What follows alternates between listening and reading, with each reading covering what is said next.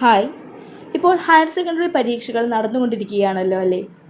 അതുകൊണ്ട് തന്നെ ഇന്ന് നമ്മൾ +1 കുട്ടികൾക്ക് വേണ്ടിയുള്ള ജോഗ്രഫിയിലെ പ്രീവിയസ് ക്വസ്റ്റ്യൻസ് ആണ് ഡിസ്കസ് ചെയ്യാനായിട്ട് പോകുന്നത്.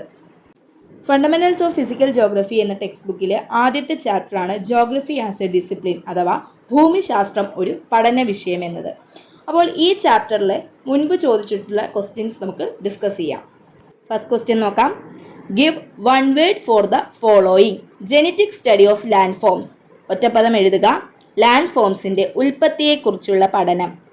അപ്പോൾ ലാൻഡ് ഫോംസ്, ഭൂരൂപങ്ങൾ, അവയുടെ ഉൽപ്പത്തി, അവയുടെ ജെനറ്റിക് സ്റ്റഡി, അവയുടെ എവല്യൂഷൻ, പരിണാമം, ഇങ്ങനെയൊക്കെ കേൾക്കുമ്പോൾ നമുക്ക് ഏതായിരിക്കും ഓർമ്മ വരേണ്ടത്? ജിയോമോർഫോളജി അഥവാ ഭൂരൂപ രൂപീകരണ ശാസ്ത്രം. അപ്പോൾ ലാൻഡ് ഫോംസിനെ പറ്റിയുള്ള പഠനം ഏതാണ്? ഭൂരൂപങ്ങളെ പറ്റിയുള്ള പഠനം ഏതാണ്? ജിയോമോർഫോളജി അഥവാ ഭൂരൂപ രൂപീകരണ ശാസ്ത്രം. നെക്സ്റ്റ് ക്വസ്റ്റ്യൻ നോക്കാം. Identify the branches of geography based on the descriptions given below and complete the table. താഴെ കൊടുത്തിട്ടുള്ള വിവരണങ്ങൾക്ക് അനുയോജ്യമായ പഠനശാഖകൾ ഏതെല്ലാമാണെന്ന് കണ്ടെത്തി പട്ടിക പൂർത്തിയാക്കുക. ഇവിടെ 4 പഠനശാഖകളുടെ ഡിസ്ക്രിപ്ഷൻസ് കൊടുത്തിട്ടുണ്ട്, വിവരണങ്ങൾ കൊടുത്തിട്ടുണ്ട്. അപ്പോൾ ഇത് ഏതാണെന്ന് നമ്മൾ ഐഡൻറ്റിഫൈ ചെയ്യാനാണ് പറഞ്ഞിരിക്കുന്നത്. അപ്പോൾ ആദ്യത്തെ നോക്കി, സ്റ്റഡി ഓഫ് ലാൻഡ് ഫോംസ്, ഭൂരൂപങ്ങളെക്കുറിച്ചുള്ള പഠനം. അപ്പോൾ നമ്മൾ തൊട്ട് മുമ്പ് ഈ ക്വസ്റ്റ്യൻ ഡിസ്കസ് ചെയ്തേ ഉള്ളൂ. ഭൂരൂപങ്ങളെക്കുറിച്ചുള്ള പഠനം ഏതാണ്? ജിയോമോർഫോളജി. ലാൻഡ് ഫോംസിനെ പറ്റിയുള്ള പഠനം ഏതാണ്? ജിയോമോർഫോളജി. ബി നോക്കിയേ, study of society and its spatial and cultural elements. സമൂഹത്തെക്കുറിച്ചും അവയുടെ സ്ഥാനീയവും സാംസ്കാരികവുമായ വിതരണത്തെക്കുറിച്ചുമുള്ള പഠനം. സമൂഹത്തെക്കുറിച്ച് സമൂഹത്തെക്കുറിച്ചൊക്കെ പഠിക്കുന്ന ഏത് ശാസ്ത്രശാഖയാണ്? നമ്മുടെ ഹ്യൂമൻ ജോഗ്രഫിയിൽ വരുന്ന സാമൂഹിക സാംസ്കാരിക ഭൂമിശാസ്ത്രം, സോഷ്യൽ ഓർ കൾച്ചറൽ ജോഗ്രഫി. സാമൂഹ്യ സാംസ്കാരിക ഭൂമിശാസ്ത്രം. സൊസൈറ്റി എന്ന് കേൾക്കുമ്പോഴേ നമുക്ക് എന്താ ഓർമ്മയുണ്ട്? സോഷ്യൽ ആൻഡ് കൾച്ചറൽ ജോഗ്രഫി, സാമൂഹ്യ സാംസ്കാരിക ഭൂമിശാസ്ത്രം. C, study of structure of climate, കാലാവസ്ഥാ ഘടനയെക്കുറിച്ചുള്ള പഠനം. അപ്പോൾ അന്തരീക്ഷ ഘടന, കാലാവസ്ഥാ ഘടകങ്ങൾ, കാലാവസ്ഥാ ഘടന, വിവിധ തരം കാലാവസ്ഥകൾ, ഇങ്ങനെയൊക്കെ ചോദിച്ചാൽ അതിൻ്റെ ഉത്തരം എന്താണ്? ക്ലൈമറ്റോളജി അഥവാ കാലാവസ്ഥാ ശാസ്ത്രം. അപ്പോൾ കാലാവസ്ഥ അല്ലെങ്കിൽ അന്തരീക്ഷ ഘടന ഇങ്ങനെയൊക്കെ ചോദിച്ചാൽ എന്താണ് അതിൻ്റെ ഉത്തരം? കാലാവസ്ഥാ ശാസ്ത്രം, climatology. D, scientific study of habitats and their characteristics. സ്വാഭാവിക ആവാസ കേന്ദ്രങ്ങളെയും അവയുടെ സവിശേഷതകളെക്കുറിച്ചുമുള്ള ശാസ്ത്രീയ പഠനം. അപ്പോൾ ആവാസ വ്യവസ്ഥകളെക്കുറിച്ചുള്ള പഠനം ഏതാണ്? ആവാസ ശാസ്ത്രം അഥവാ ആവാസ വ്യവസ്ഥ, എക്കോളജി ഓർ എക്കോസിസ്റ്റം എന്നൊക്കെ അറിയപ്പെടുന്നു അല്ലേ? അപ്പോൾ അതിൻ്റെ ആൻസർ എന്താണ്? ആവാസ ശാസ്ത്രം ഓർ ആവാസ വ്യവസ്ഥ, എക്കോളജി ഓർ എക്കോ സിസ്റ്റം. അപ്പോൾ നമുക്ക് ഇതിൻ്റെ ആൻസേഴ്സ് ഒന്നും കൂടെ നോക്കാം. സ്റ്റഡി ഓഫ് ലാൻഡ് ഫോംസ്, ഭൂരൂപങ്ങളെക്കുറിച്ചുള്ള പഠനം. ജിയോമോർഫോളജി അഥവാ ഭൂരൂപ രൂപീകരണ ശാസ്ത്രം. Study of society and its spatial and cultural elements. സമൂഹത്തെക്കുറിച്ചും അവയുടെ സ്ഥാനീയവും സാംസ്കാരികവുമായ വിതരണത്തെക്കുറിച്ചുമുള്ള പഠനം. സോഷ്യൽ ആൻഡ് കൾച്ചറൽ ജോഗ്രഫി, സാമൂഹ്യ സാംസ്കാരിക ഭൂമിശാസ്ത്രം. Study of structure of climate, കാലാവസ്ഥാ ഘടനയെക്കുറിച്ചുള്ള പഠനം. ക്ലൈമറ്റോളജി അഥവാ കാലാവസ്ഥാ ശാസ്ത്രം. Scientific study of habitats and their characteristics. സ്വാഭാവിക ആവാസ കേന്ദ്രങ്ങളെയും അവയുടെ സവിശേഷതകളെക്കുറിച്ചുമുള്ള ശാസ്ത്രീയ പഠനം. എക്കോളജി ഓർ എക്കോസിസ്റ്റം, ആവാസ ശാസ്ത്രം അഥവാ ആവാസ വ്യവസ്ഥ. നമുക്ക് അടുത്ത ക്വസ്റ്റ്യനിലേക്ക് പോകാം. Following are the study contents of various branches of geography. Identify them. ഭൂമിശാസ്ത്രത്തിൻ്റെ വിവിധ ശാഖകളുടെ പഠന ഉള്ളടക്കമാണ് താഴെ തന്നിട്ടുള്ളത്. ഈ ശാഖകൾ ഏതൊക്കെയാണെന്ന് കണ്ടെത്തുക. അപ്പോൾ നേരത്തെ തന്നതുപോലെ ഒരു ക്വസ്റ്റ്യൻ ആണ് ഇവിടെയും കൊടുത്തിട്ടുള്ളത്. നമുക്ക് നോക്കാം. ആദ്യത്തെ ക്വസ്റ്റ്യൻ നോക്കിയേ. Study of land forms, their evolution and related process. ഭൂരൂപങ്ങളും അവയുടെ പരിണാമവും അനുബന്ധ പ്രക്രിയകളെയും കുറിച്ചുള്ള പഠനം. അപ്പോൾ ഭൂരൂപങ്ങൾ, ലാൻഡ് ഫോംസ് എന്ന് കേൾക്കുമ്പോഴേ അതിനെപ്പറ്റിയുള്ള സ്റ്റഡി എന്താണ്? ജിയോമോർഫോളജി അഥവാ ഭൂരൂപ രൂപീകരണ ശാസ്ത്രം. അപ്പോൾ ആദ്യത്തെ ആൻസർ എന്താണ്? ജിയോമോർഫോളജി, ഭൂരൂപ രൂപീകരണ ശാസ്ത്രം. രണ്ടാമത്തേത് നോക്കിയേ. Spatial pattern of natural vegetation and their habitats. പ്രകൃതിദത്തമായ സസ്യജാലങ്ങളും അവയുടെ ആവാസ വ്യവസ്ഥകളെയും കുറിച്ചുള്ള പഠനം. അപ്പോൾ സസ്യജാലങ്ങളെക്കുറിച്ചുള്ള പഠനമാണ്. അപ്പോൾ സസ്യജാലങ്ങൾ, പ്ലാന്റ്സിനെ പറ്റിയുള്ള പഠനമാണ്. അപ്പോൾ പ്ലാന്റ് ജോഗ്രഫി, അതിൻ്റെ ഉത്തരം എന്താണ്? പ്ലാന്റ് ജോഗ്രഫി, സസ്യ ഭൂമിശാസ്ത്രം, plant geography. Third one, study of maps and map making, ഭൂപടങ്ങളും അവയുടെ നിർമ്മാണ പ്രക്രിയകളെക്കുറിച്ചുള്ള പഠനം. ഭൂപടങ്ങൾ, അവയുടെ നിർമ്മാണ പ്രക്രിയ, ഇതിനെയൊക്കെ പറ്റി പഠിക്കുന്ന ശാസ്ത്രശാഖയാണ് cartography. Last one, study of the structure of atmosphere, weather and climate, അന്തരീക്ഷ ഘടന, ദിനാവസ്ഥ, കാലാവസ്ഥ എന്നിവയെക്കുറിച്ചുള്ള പഠനം. നമ്മൾ നേരത്തെ ഇത് പറഞ്ഞ അന്തരീക്ഷം, അതിൻ്റെ കാലാവസ്ഥ, അന്തരീക്ഷ ഘടന, കാലാവസ്ഥ ഘടന, ഇതിനെയൊക്കെ പറ്റി പഠിക്കുന്ന ഏതാണ്? ക്ലൈമറ്റോളജി, കാലാവസ്ഥാ ശാസ്ത്രം. അപ്പോൾ ഉത്തരം ഒന്നും കൂടെ നോക്കാം. Study of land forms, their evolution and related process, ഭൂരൂപങ്ങളും അവയുടെ പരിണാമവും അനുബന്ധ പ്രക്രിയകളെയും കുറിച്ചുള്ള പഠനം. ജിയോമോർഫോളജി അഥവാ ഭൂരൂപ രൂപീകരണ ശാസ്ത്രം. Spatial pattern of natural vegetation and their habitats, പ്രകൃതിദത്തമായ സസ്യജാലങ്ങളും അവയുടെ ആവാസ വ്യവസ്ഥകളെയും കുറിച്ചുള്ള പഠനം. പ്ലാന്റ് ജോഗ്രഫി, സസ്യ ഭൂമിശാസ്ത്രം. Study of maps and map making, ഭൂപടങ്ങളും അവയുടെ നിർമ്മാണ പ്രക്രിയകളെയും കുറിച്ചുള്ള പഠനം. Cartography. Study of structure of the atmosphere, weather and climate, അന്തരീക്ഷ ഘടന, ദിനാവസ്ഥ, കാലാവസ്ഥ എന്നിവയെക്കുറിച്ചുള്ള പഠനം. ക്ലൈമറ്റോളജി, കാലാവസ്ഥാ ശാസ്ത്രം. അടുത്ത ക്വസ്റ്റ്യനിലോട്ട് പോകാം. Complete the flow chart given below, ചുവടെ കൊടുത്തിരിക്കുന്ന ഫ്ലോ ചാർട്ട് പൂർത്തിയാക്കുക. അപ്പോൾ ഈ ഫ്ലോ ചാർട്ട് നമ്മുടെ ടെക്സ്റ്റിലുള്ള ഒരു ഫ്ലോ ചാർട്ട് തന്നെയാണ് നിങ്ങൾക്ക് ഇവിടെ കൊടുത്തിട്ടുള്ളത്. Branches of geography based on regional approach, പ്രാദേശിക സമീപനത്തെ അടിസ്ഥാനമാക്കിയുള്ള ഭൂമിശാസ്ത്ര പഠനങ്ങൾ. ഇവിടെ അതിൻ്റെ 4ആയിട്ട് തിരിച്ചിട്ടുണ്ട്. അതിനകത്ത് 2 തന്നിട്ടുണ്ട്. ആദ്യത്തേതാണ് റീജിയണൽ സ്റ്റഡീസ്, പ്രാദേശിക പഠനം. മൂന്നാമത് കൊടുത്തിരിക്കുന്നത് റീജിയണൽ അനാലിസിസ്, പ്രാദേശിക വിശകലനം. ബാക്കി 2 ഏതൊക്കെയാണ്? റീജിയണൽ ഡെവലപ്മെൻറ്റ്, പ്രാദേശിക വികസനവും റീജിയണൽ പ്ലാനിംഗ്, പ്രാദേശിക ആസൂത്രണവുമാണ് അടുത്ത 2. അപ്പോൾ എന്താണ് റീജിയണൽ അപ്രോച്ച്, എന്താണ് പ്രാദേശിക സമീപനമെന്നും അത് ആരാണ് കൊണ്ടുവന്നതെന്നും അതിൻ്റെ ഡിഫറെൻറ്റ് ബ്രാഞ്ചസ് ഏതാണ്, അതിൻ്റെ സബ് ബ്രാഞ്ചസ് ഏതാണെന്നൊക്കെയൊന്ന് നിങ്ങൾ നോക്കി വെച്ചിരിക്കണം. അപ്പോൾ നമുക്ക് അടുത്ത ക്വസ്റ്റ്യനിലോട്ട് പോകാം. Study contents of certain branches of geography are given below, identify them. ചില ഭൂമിശാസ്ത്ര ശാഖകളുടെ പഠന ഉള്ളടക്കമാണ് ചുവടെ കൊടുത്തിരിക്കുന്നത്. ഈ ശാഖകൾ ഏതൊക്കെയെന്ന് കണ്ടെത്തുക. അപ്പോൾ നമ്മൾ നേരത്തെ ഡിസ്കസ് ചെയ്ത ക്വസ്റ്റ്യൻസ് പോലെ തന്നെ ഒരു ക്വസ്റ്റ്യൻ ആണ് ഇതെന്ന് പറയുന്നത്. അതിനകത്ത് ആദ്യത്തേതാണ് nature, formation and distribution of soils, മണ്ണുകളുടെ സ്വഭാവം, രൂപീകരണം, വിതരണം. ഇതുമായിട്ട് ബന്ധപ്പെട്ട് ഭൂമിശാസ്ത്ര ശാഖ ഏതാണ്? സോയിൽ ജോഗ്രഫി അഥവാ മണ്ണ് ഭൂമിശാസ്ത്രം. മണ്ണ്, അതിൻ്റെ സ്വഭാവം, അതിൻ്റെ സവിശേഷത, അതിൻ്റെ രൂപീകരണം, ഇതിനെയൊക്കെ പറ്റി പഠിക്കുന്ന ഭൂമിശാസ്ത്രത്തിൽ ശാസ്ത്രശാഖ ഏതാണ്? സോയിൽ ജോഗ്രഫി, മണ്ണ് ഭൂമിശാസ്ത്രം.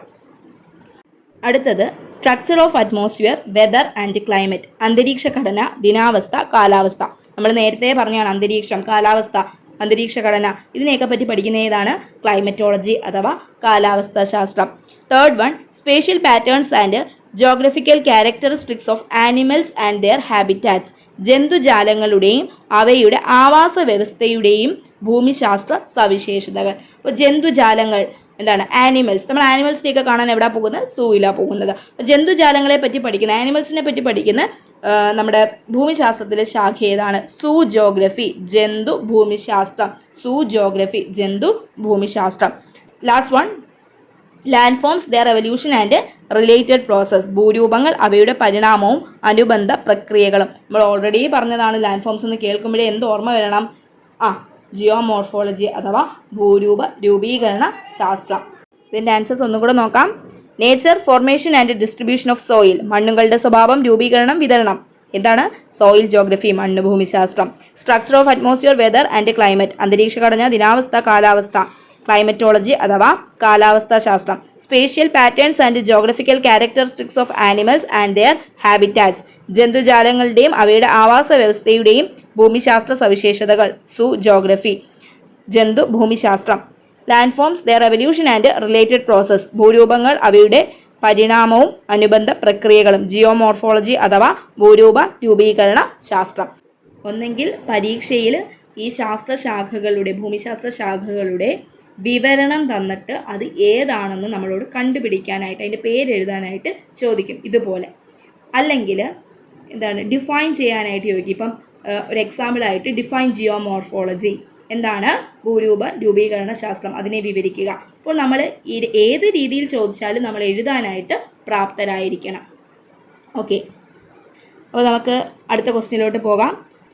Certain branches of geography are given below in the brackets. Categorize them under the 3 major heads given in the table. ഭൂമിശാസ്ത്രത്തിന്റെ ചില പഠനശാഖകൾ ചുവടെ ബ്രാക്കറ്റിൽ കൊടുത്തിരിക്കുന്നു. ഇവയെ പട്ടികയിലുള്ള 3 തലക്കെട്ടുകളിൽ തരംതിരിച്ച് എഴുതുക. പോപ്പുലേഷൻ ജോഗ്രഫി ജനസംഖ്യാ ഭൂമിശാസ്ത്രം, ക്ലൈമറ്റോളജി കാലാവസ്ഥാ ശാസ്ത്രം, എൻവിയോൺമെന്റൽ ജോഗ്രഫി പരിസ്ഥിതി ഭൂമിശാസ്ത്രം, എക്കണോമിക് ജോഗ്രഫി സാമ്പത്തിക ഭൂമിശാസ്ത്രം. അപ്പോൾ ഇവയിൽ ഏതൊക്കെയാണ് ഫിസിക്കൽ ജോഗ്രഫി ഭൗതിക ഭൂമിശാസ്ത്രത്തിൻ്റെ കീഴിൽ വരുന്നത്, ഹ്യൂമൻ ജോഗ്രഫി മാനവിക ഭൂമിശാസ്ത്രത്തിൻ്റെ കീഴിൽ വരുന്നത്, ബയോ ജോഗ്രഫി ജൈവ ഭൂമിശാസ്ത്രത്തിൻ്റെ കീഴിൽ വരുന്നത് എന്ന് എടുത്ത് എഴുതാനാണ് ചോദിച്ചിട്ടുള്ളത്. നമുക്ക് നോക്കാം. ഫിസിക്കൽ ജോഗ്രഫിയുടെ കീഴിൽ വരുന്നത് ഏതാണ് ഇതിൽ നിന്ന്? ക്ലൈമറ്റോളജി അഥവാ കാലാവസ്ഥാ ശാസ്ത്രം. ഭൗതിക ഭൂമിശാസ്ത്രത്തിന്റെ കീഴിൽ വരുന്നതാണ് ഏതെന്ന് പറയുന്നത് കാലാവസ്ഥാ ശാസ്ത്രം അഥവാ ക്ലൈമറ്റോളജി എന്ന് പറയുന്നത്. ഹ്യൂമൻ ജോഗ്രഫി മാനവിക ഭൂമിശാസ്ത്രത്തിന്റെ കീഴിൽ വരുന്ന ഏതാണ്? പോപ്പുലേഷൻ ജോഗ്രഫി ജനസംഖ്യാ ഭൂമിശാസ്ത്രം.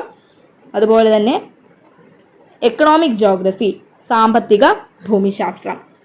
ഇനി ബയോ ജോഗ്രഫിയുടെ കീഴിൽ വരുന്ന ഏതാണ്? എൻവിയോൺമെന്റൽ ജോഗ്രഫി ജൈവ ഭൂമിശാസ്ത്രത്തിന്റെ കീഴിൽ വരുന്നതാണ് പരിസ്ഥിതി ഭൂമിശാസ്ത്രം. ക്ലിയർ ആയെന്ന് വിചാരിക്കുന്നു. Next question. Complete the flow chart showing the various branches of regional geography. പ്രാദേശിക ഭൂമിശാസ്ത്രത്തിന്റെ വിവിധ പഠന ശാഖകളുടെ ഫ്ലോ ചാർട്ട് പൂർത്തിയാക്കുക. നമ്മൾ നേരത്തെ കണ്ട ഒരു ഫ്ലോ ചാർട്ട് അതിൻ്റെ ഒരു വലിയൊരു ഫോമാണ് കൊടുത്തിട്ടുള്ളത്. ഇത് നമ്മുടെ ടെക്സ്റ്റിൽ ഇതേ ഫ്ലോ ചാർട്ട് ഉണ്ട്. അപ്പോൾ നമ്മൾ ടെക്സ്റ്റിലുള്ള ഫ്ലോ ചാർട്ട്സ് അതുപോലെ തന്നെ ഡയഗ്രംസ് മാത്സ് ഇതൊക്കെ നന്നായിട്ടൊന്ന് നോക്കിയിട്ട് പോകണം. നമുക്കിതിൽ നിന്നൊക്കെ എന്ത് ചെയ്യാം ക്വസ്റ്റ്യൻസ് വരാം. ക്വസ്റ്റ്യൻസ് നമുക്ക് ഇതിൽ നിന്നൊക്കെ എന്ത് ചെയ്യാം പ്രതീക്ഷിക്കാം. നമ്മുടെ മോഡൽ എക്സാമിന് തന്നെ ഉണ്ടായിരുന്നല്ലോ, നമ്മുടെ ലാൻഡ് ബ്രീസ് സീ ബ്രീസ് ഭാഗത്ത് നിന്ന് ഡയഗ്രാം തന്നിട്ട് അത് ഏത് വിൻഡാണെന്ന് ഐഡൻറ്റിഫൈ ചെയ്യാനായിട്ട് ഉണ്ടായിരുന്നു. അപ്പം നമുക്ക് ആ ഒരു ഇമേജുമായിട്ട് അല്ലെങ്കിൽ ആ ഒരു ഡയഗ്രാം അല്ലെങ്കിൽ ആ ഒരു ഫ്ലോ ചാർട്ട്സ് ഒക്കെ ആയിട്ട് നമുക്കൊരു ബന്ധം ഉണ്ടെങ്കിൽ മാത്രമേ നമ്മൾക്ക് അതിനെപ്പറ്റി എഴുതാനായിട്ട് സാധിക്കുകയുള്ളൂ. അപ്പോൾ ടെക്സ്റ്റിലുള്ള ഇങ്ങനെയുള്ള ഫ്ലോ ചാർട്ട് ഡയഗ്രാം മാപ്പ് ഇതൊക്കെ എന്ത് ചെയ്യുക നിങ്ങൾ നോക്കിയിട്ട് വേണം പരീക്ഷയ്ക്ക് പോകാൻ. അപ്പോൾ ഇതിൻ്റെ ആൻസർ നമുക്ക് നോക്കാം. റീജിയണൽ ജോഗ്രഫിക്ക് നമ്മൾ 4 ബ്രാഞ്ചസ് ഉണ്ട് അല്ലേ? നമ്മൾ നേരത്തെ പറഞ്ഞു റീജിയണൽ ജോഗ്രഫിക്ക് 4 ബ്രാഞ്ചസ് ഉണ്ട്. ഇതിനകത്ത് ആദ്യത്തേത് റീജിയണൽ സ്റ്റഡീസ്, രണ്ടാമത്തേത് ഏതായിരുന്നു?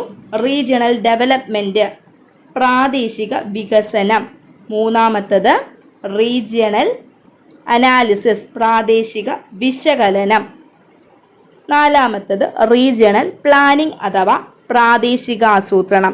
ഇനി ഈ റീജിയണൽ സ്റ്റഡീസിനെ തന്നെ 3ആയിട്ട് തരം തിരിച്ചിട്ടുണ്ട്.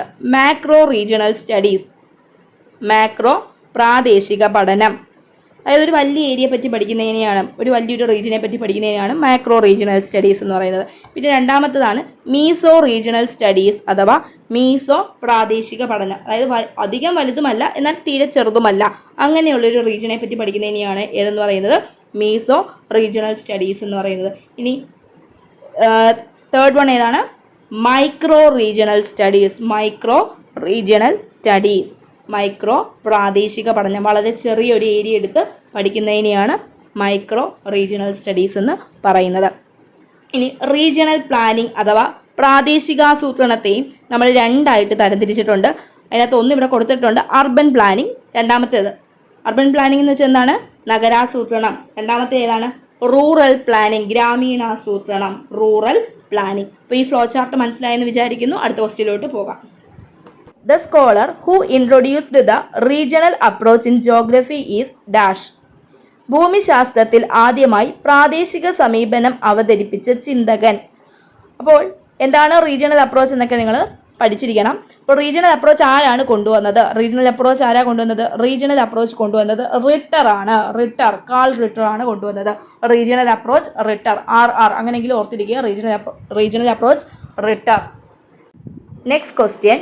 The scholar who first coined the word geography. ഭൂമിശാസ്ത്രം എന്ന പദം ആദ്യമായി കോർത്തിണക്കിയ ചിന്തകൻ ആരാണ്? ഇറാത്തോസ്തനിസ് ആണ്. അപ്പം ഭൂമിശാസ്ത്രം എന്ന വാക്ക് ആദ്യമായിട്ട് കോയിൻ ചെയ്ത വ്യക്തി, ആദ്യമായിട്ട് കോർത്തിണക്കിയ വ്യക്തി ആരാണ്? ഇറാത്തോസ്തനിസ്. അടുത്ത ചോദ്യം. Complete the following appropriately. Flow chart പൂർത്തീകരിക്കുക. ഫിസിക്കൽ ജോഗ്രഫി ഭൗതിക ഭൂമിശാസ്ത്രം, ജിയോമോർഫോളജി സോയിൽ ജോഗ്രഫി. ഇവിടെ ഭൗതിക ഭൂമിശാസ്ത്രത്തിൻ്റെ 2 ശാഖകൾ തന്നിട്ടുണ്ട്. ഫിസിക്കൽ ജോഗ്രഫിയുടെ 2 ബ്രാഞ്ചസ് തന്നിട്ടുണ്ട്. ബാക്കി 2 ബ്രാഞ്ചസ് ഏതാണെന്ന് എഴുതാനാണ് തന്നിട്ടുള്ളത്. അപ്പം ഫിസിക്കൽ ജോഗ്രഫിയുടെ ഒരു ബ്രാഞ്ചാണ് ജിയോമോർഫോളജി അഥവാ ഭൂരൂപ രൂപീകരണ ശാസ്ത്രം. രണ്ടാമത്തെ ബ്രാഞ്ച് ക്ലൈമറ്റോളജി അഥവാ കാലാവസ്ഥാ ശാസ്ത്രം. മൂന്നാമത് ഇവിടെ കൊടുത്തിട്ടുണ്ട് സോയിൽ ജോഗ്രഫി മണ്ണ് ഭൂമിശാസ്ത്രം. അടുത്തത് ഹൈഡ്രോളജി ജലശാസ്ത്രം. അപ്പോൾ ഇതിന് ആൻസർ എഴുതണമെങ്കിൽ നമുക്ക് ഫിസിക്കൽ ജോഗ്രഫിയുടെ ബ്രാഞ്ചസ് ഏതാണ് എന്ന് നമ്മൾ അറിഞ്ഞിരിക്കണം. ഇനി ഈ ചോദ്യം മറ്റൊരു രീതിയിൽ വരാം. Which are the branches of physical geography? ഭൗതിക ഭൂമിശാസ്ത്രത്തിൻ്റെ ശാഖകൾ ഏതെല്ലാം? അല്ലെങ്കിൽ which are the branches of human geography? മാനവിക ഭൂമിശാസ്ത്രത്തിൻ്റെ ശാഖകൾ ഏതെല്ലാം? Which are the branches of bio geography? ജൈവ ഭൂമിശാസ്ത്രത്തിൻ്റെ ശാഖകൾ ഏതെല്ലാം? അപ്പോൾ ഇങ്ങനെ ക്വസ്റ്റ്യൻ വന്നാൽ ഇത് എഴുതണമെങ്കിൽ നമുക്ക് ഇതിൻ്റെയൊക്കെ ബ്രാഞ്ചസ് ഏതാണെന്ന് നമ്മൾ അറിഞ്ഞിരിക്കണം. അപ്പോൾ നമ്മുടെ ഫിസിക്കൽ ജോഗ്രഫി അഥവാ ഭൗതിക ഭൂമിശാസ്ത്രത്തിൻ്റെ ശാഖകൾ ഏതൊക്കെയാണ്? ആദ്യത്തേത് ജിയോമോർഫോളജി ഭൂരൂപ രൂപീകരണ ശാസ്ത്രം, ക്ലൈമറ്റോളജി കാലാവസ്ഥാ ശാസ്ത്രം, ഹൈഡ്രോളജി ജലശാസ്ത്രം, സോയിൽ ജോഗ്രഫി മണ്ണ് ഭൂമിശാസ്ത്രം. ഇനി മാനവിക ഭൂമിശാസ്ത്രം അഥവാ ഹ്യൂമൻ ജോഗ്രഫിയുടെ ശാഖകൾ ഏതൊക്കെയാണ്? സാമൂഹിക സാംസ്കാരിക ഭൂമിശാസ്ത്രം social and cultural geography, population and settlement geography ജനസംഖ്യാ ഭൂമിശാസ്ത്രവും വാസസ്ഥല ഭൂമിശാസ്ത്രവും, എക്കണോമിക് ജോഗ്രഫി സാമ്പത്തിക ഭൂമിശാസ്ത്രം, ഹിസ്റ്റോറിക്കൽ ജോഗ്രഫി ചരിത്ര ഭൂമിശാസ്ത്രം, പൊളിറ്റിക്കൽ ജോഗ്രഫി രാഷ്ട്രീയ ഭൂമിശാസ്ത്രം. ഇനി ബയോജോഗ്രഫിയുടെയാണ് ചോദിക്കുന്നതെങ്കിൽ ജൈവ ഭൂമിശാസ്ത്രത്തിൻ്റെ ശാഖകൾ ഏതൊക്കെയാണ് എന്നാണ് ചോദിക്കുന്നതെങ്കിലോ പ്ലാന്റ് ജോഗ്രഫി സസ്യഭൂമിശാസ്ത്രം, സൂ ജോഗ്രഫി ജന്തുഭൂമിശാസ്ത്രം, എക്കോളജി ഓർ എക്കോസിസ്റ്റം ആവാസശാസ്ത്രം അല്ലെങ്കിൽ ആവാസ വ്യവസ്ഥ, എൻവയോൺമെൻറ്റൽ ജോഗ്രഫി പരിസ്ഥിതി ഭൂമിശാസ്ത്രം. അപ്പോൾ ഈ 3 ബ്രാഞ്ചസിൻ്റെയും സബ് ബ്രാഞ്ചസ് നമ്മൾ പഠിച്ചിരിക്കണം. അപ്പം ഫിസിക്കൽ ജോഗ്രഫിയുടെയും ഹ്യൂമൻ ജോഗ്രഫിയുടെയും ബയോ ജോഗ്രഫിയുടെയും ഒക്കെ ബ്രാഞ്ചസ് നമ്മൾ പഠിച്ചിരിക്കണം. Clear? Next question.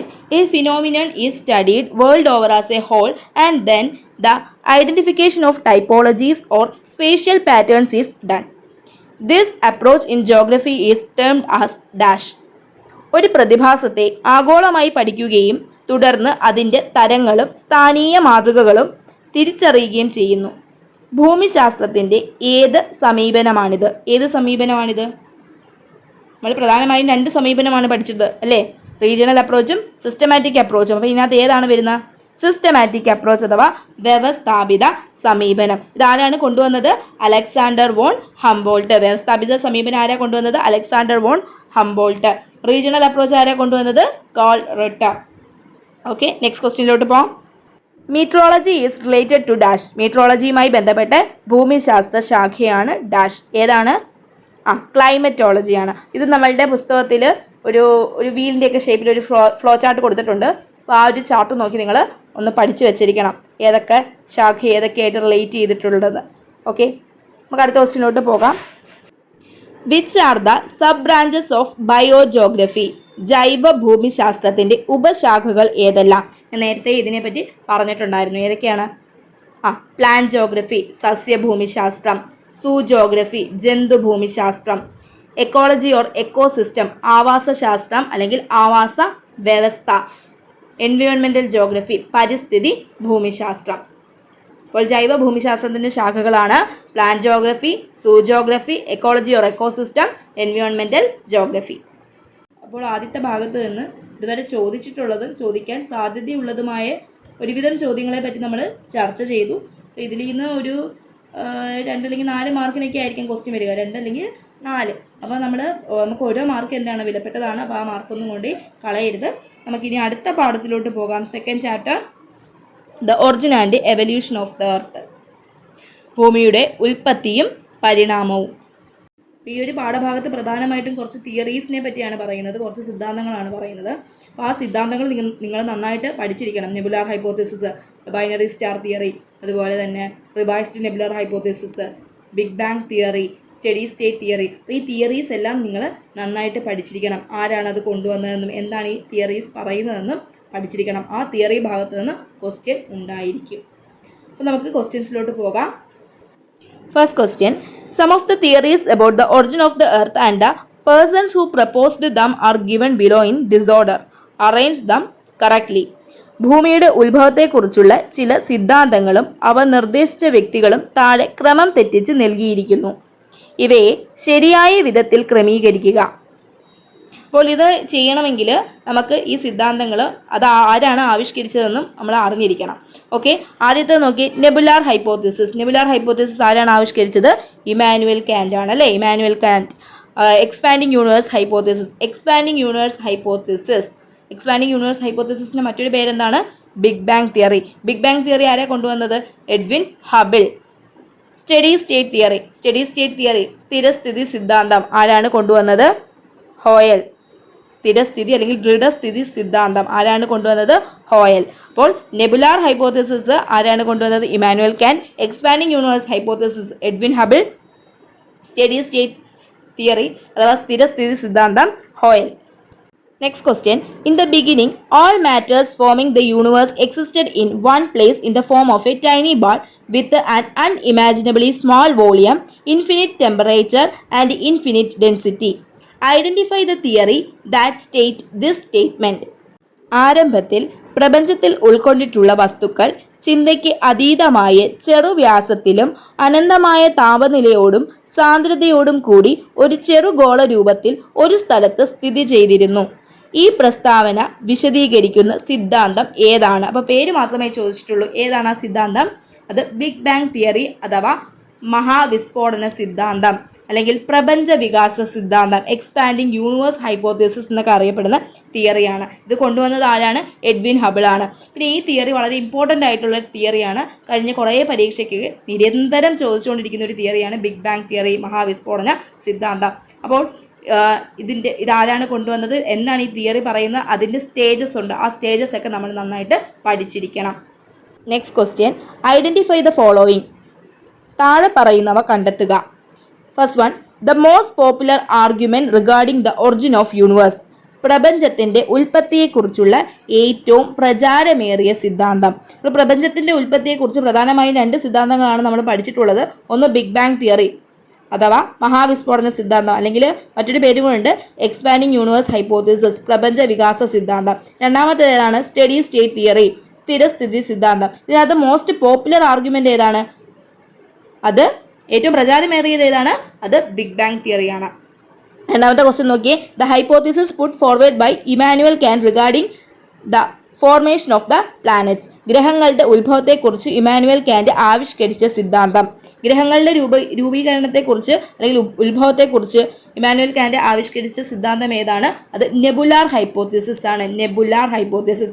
Emmanuel Kant ആവിഷ്കരിച്ച് ഈ ഒരു സിദ്ധാന്തത്തെ പിന്നീട് ലാപ്ലേസ് മോഡിഫൈ ചെയ്യുന്നുണ്ട് അല്ലേ? അപ്പോൾ ഇമാനുവൽ കാന്റ്, ലാപ്ലേസ്, ഈ രണ്ട് ശാസ്ത്രജ്ഞന്മാരുടെ പേര് ചോദിച്ചാൽ ഏതാണ്? നെബുലാർ ഹൈപ്പോത്തിസിസ് തന്നെയാണ്. അടുത്ത ക്വസ്റ്റ്യനിലോട്ട് പോകാം.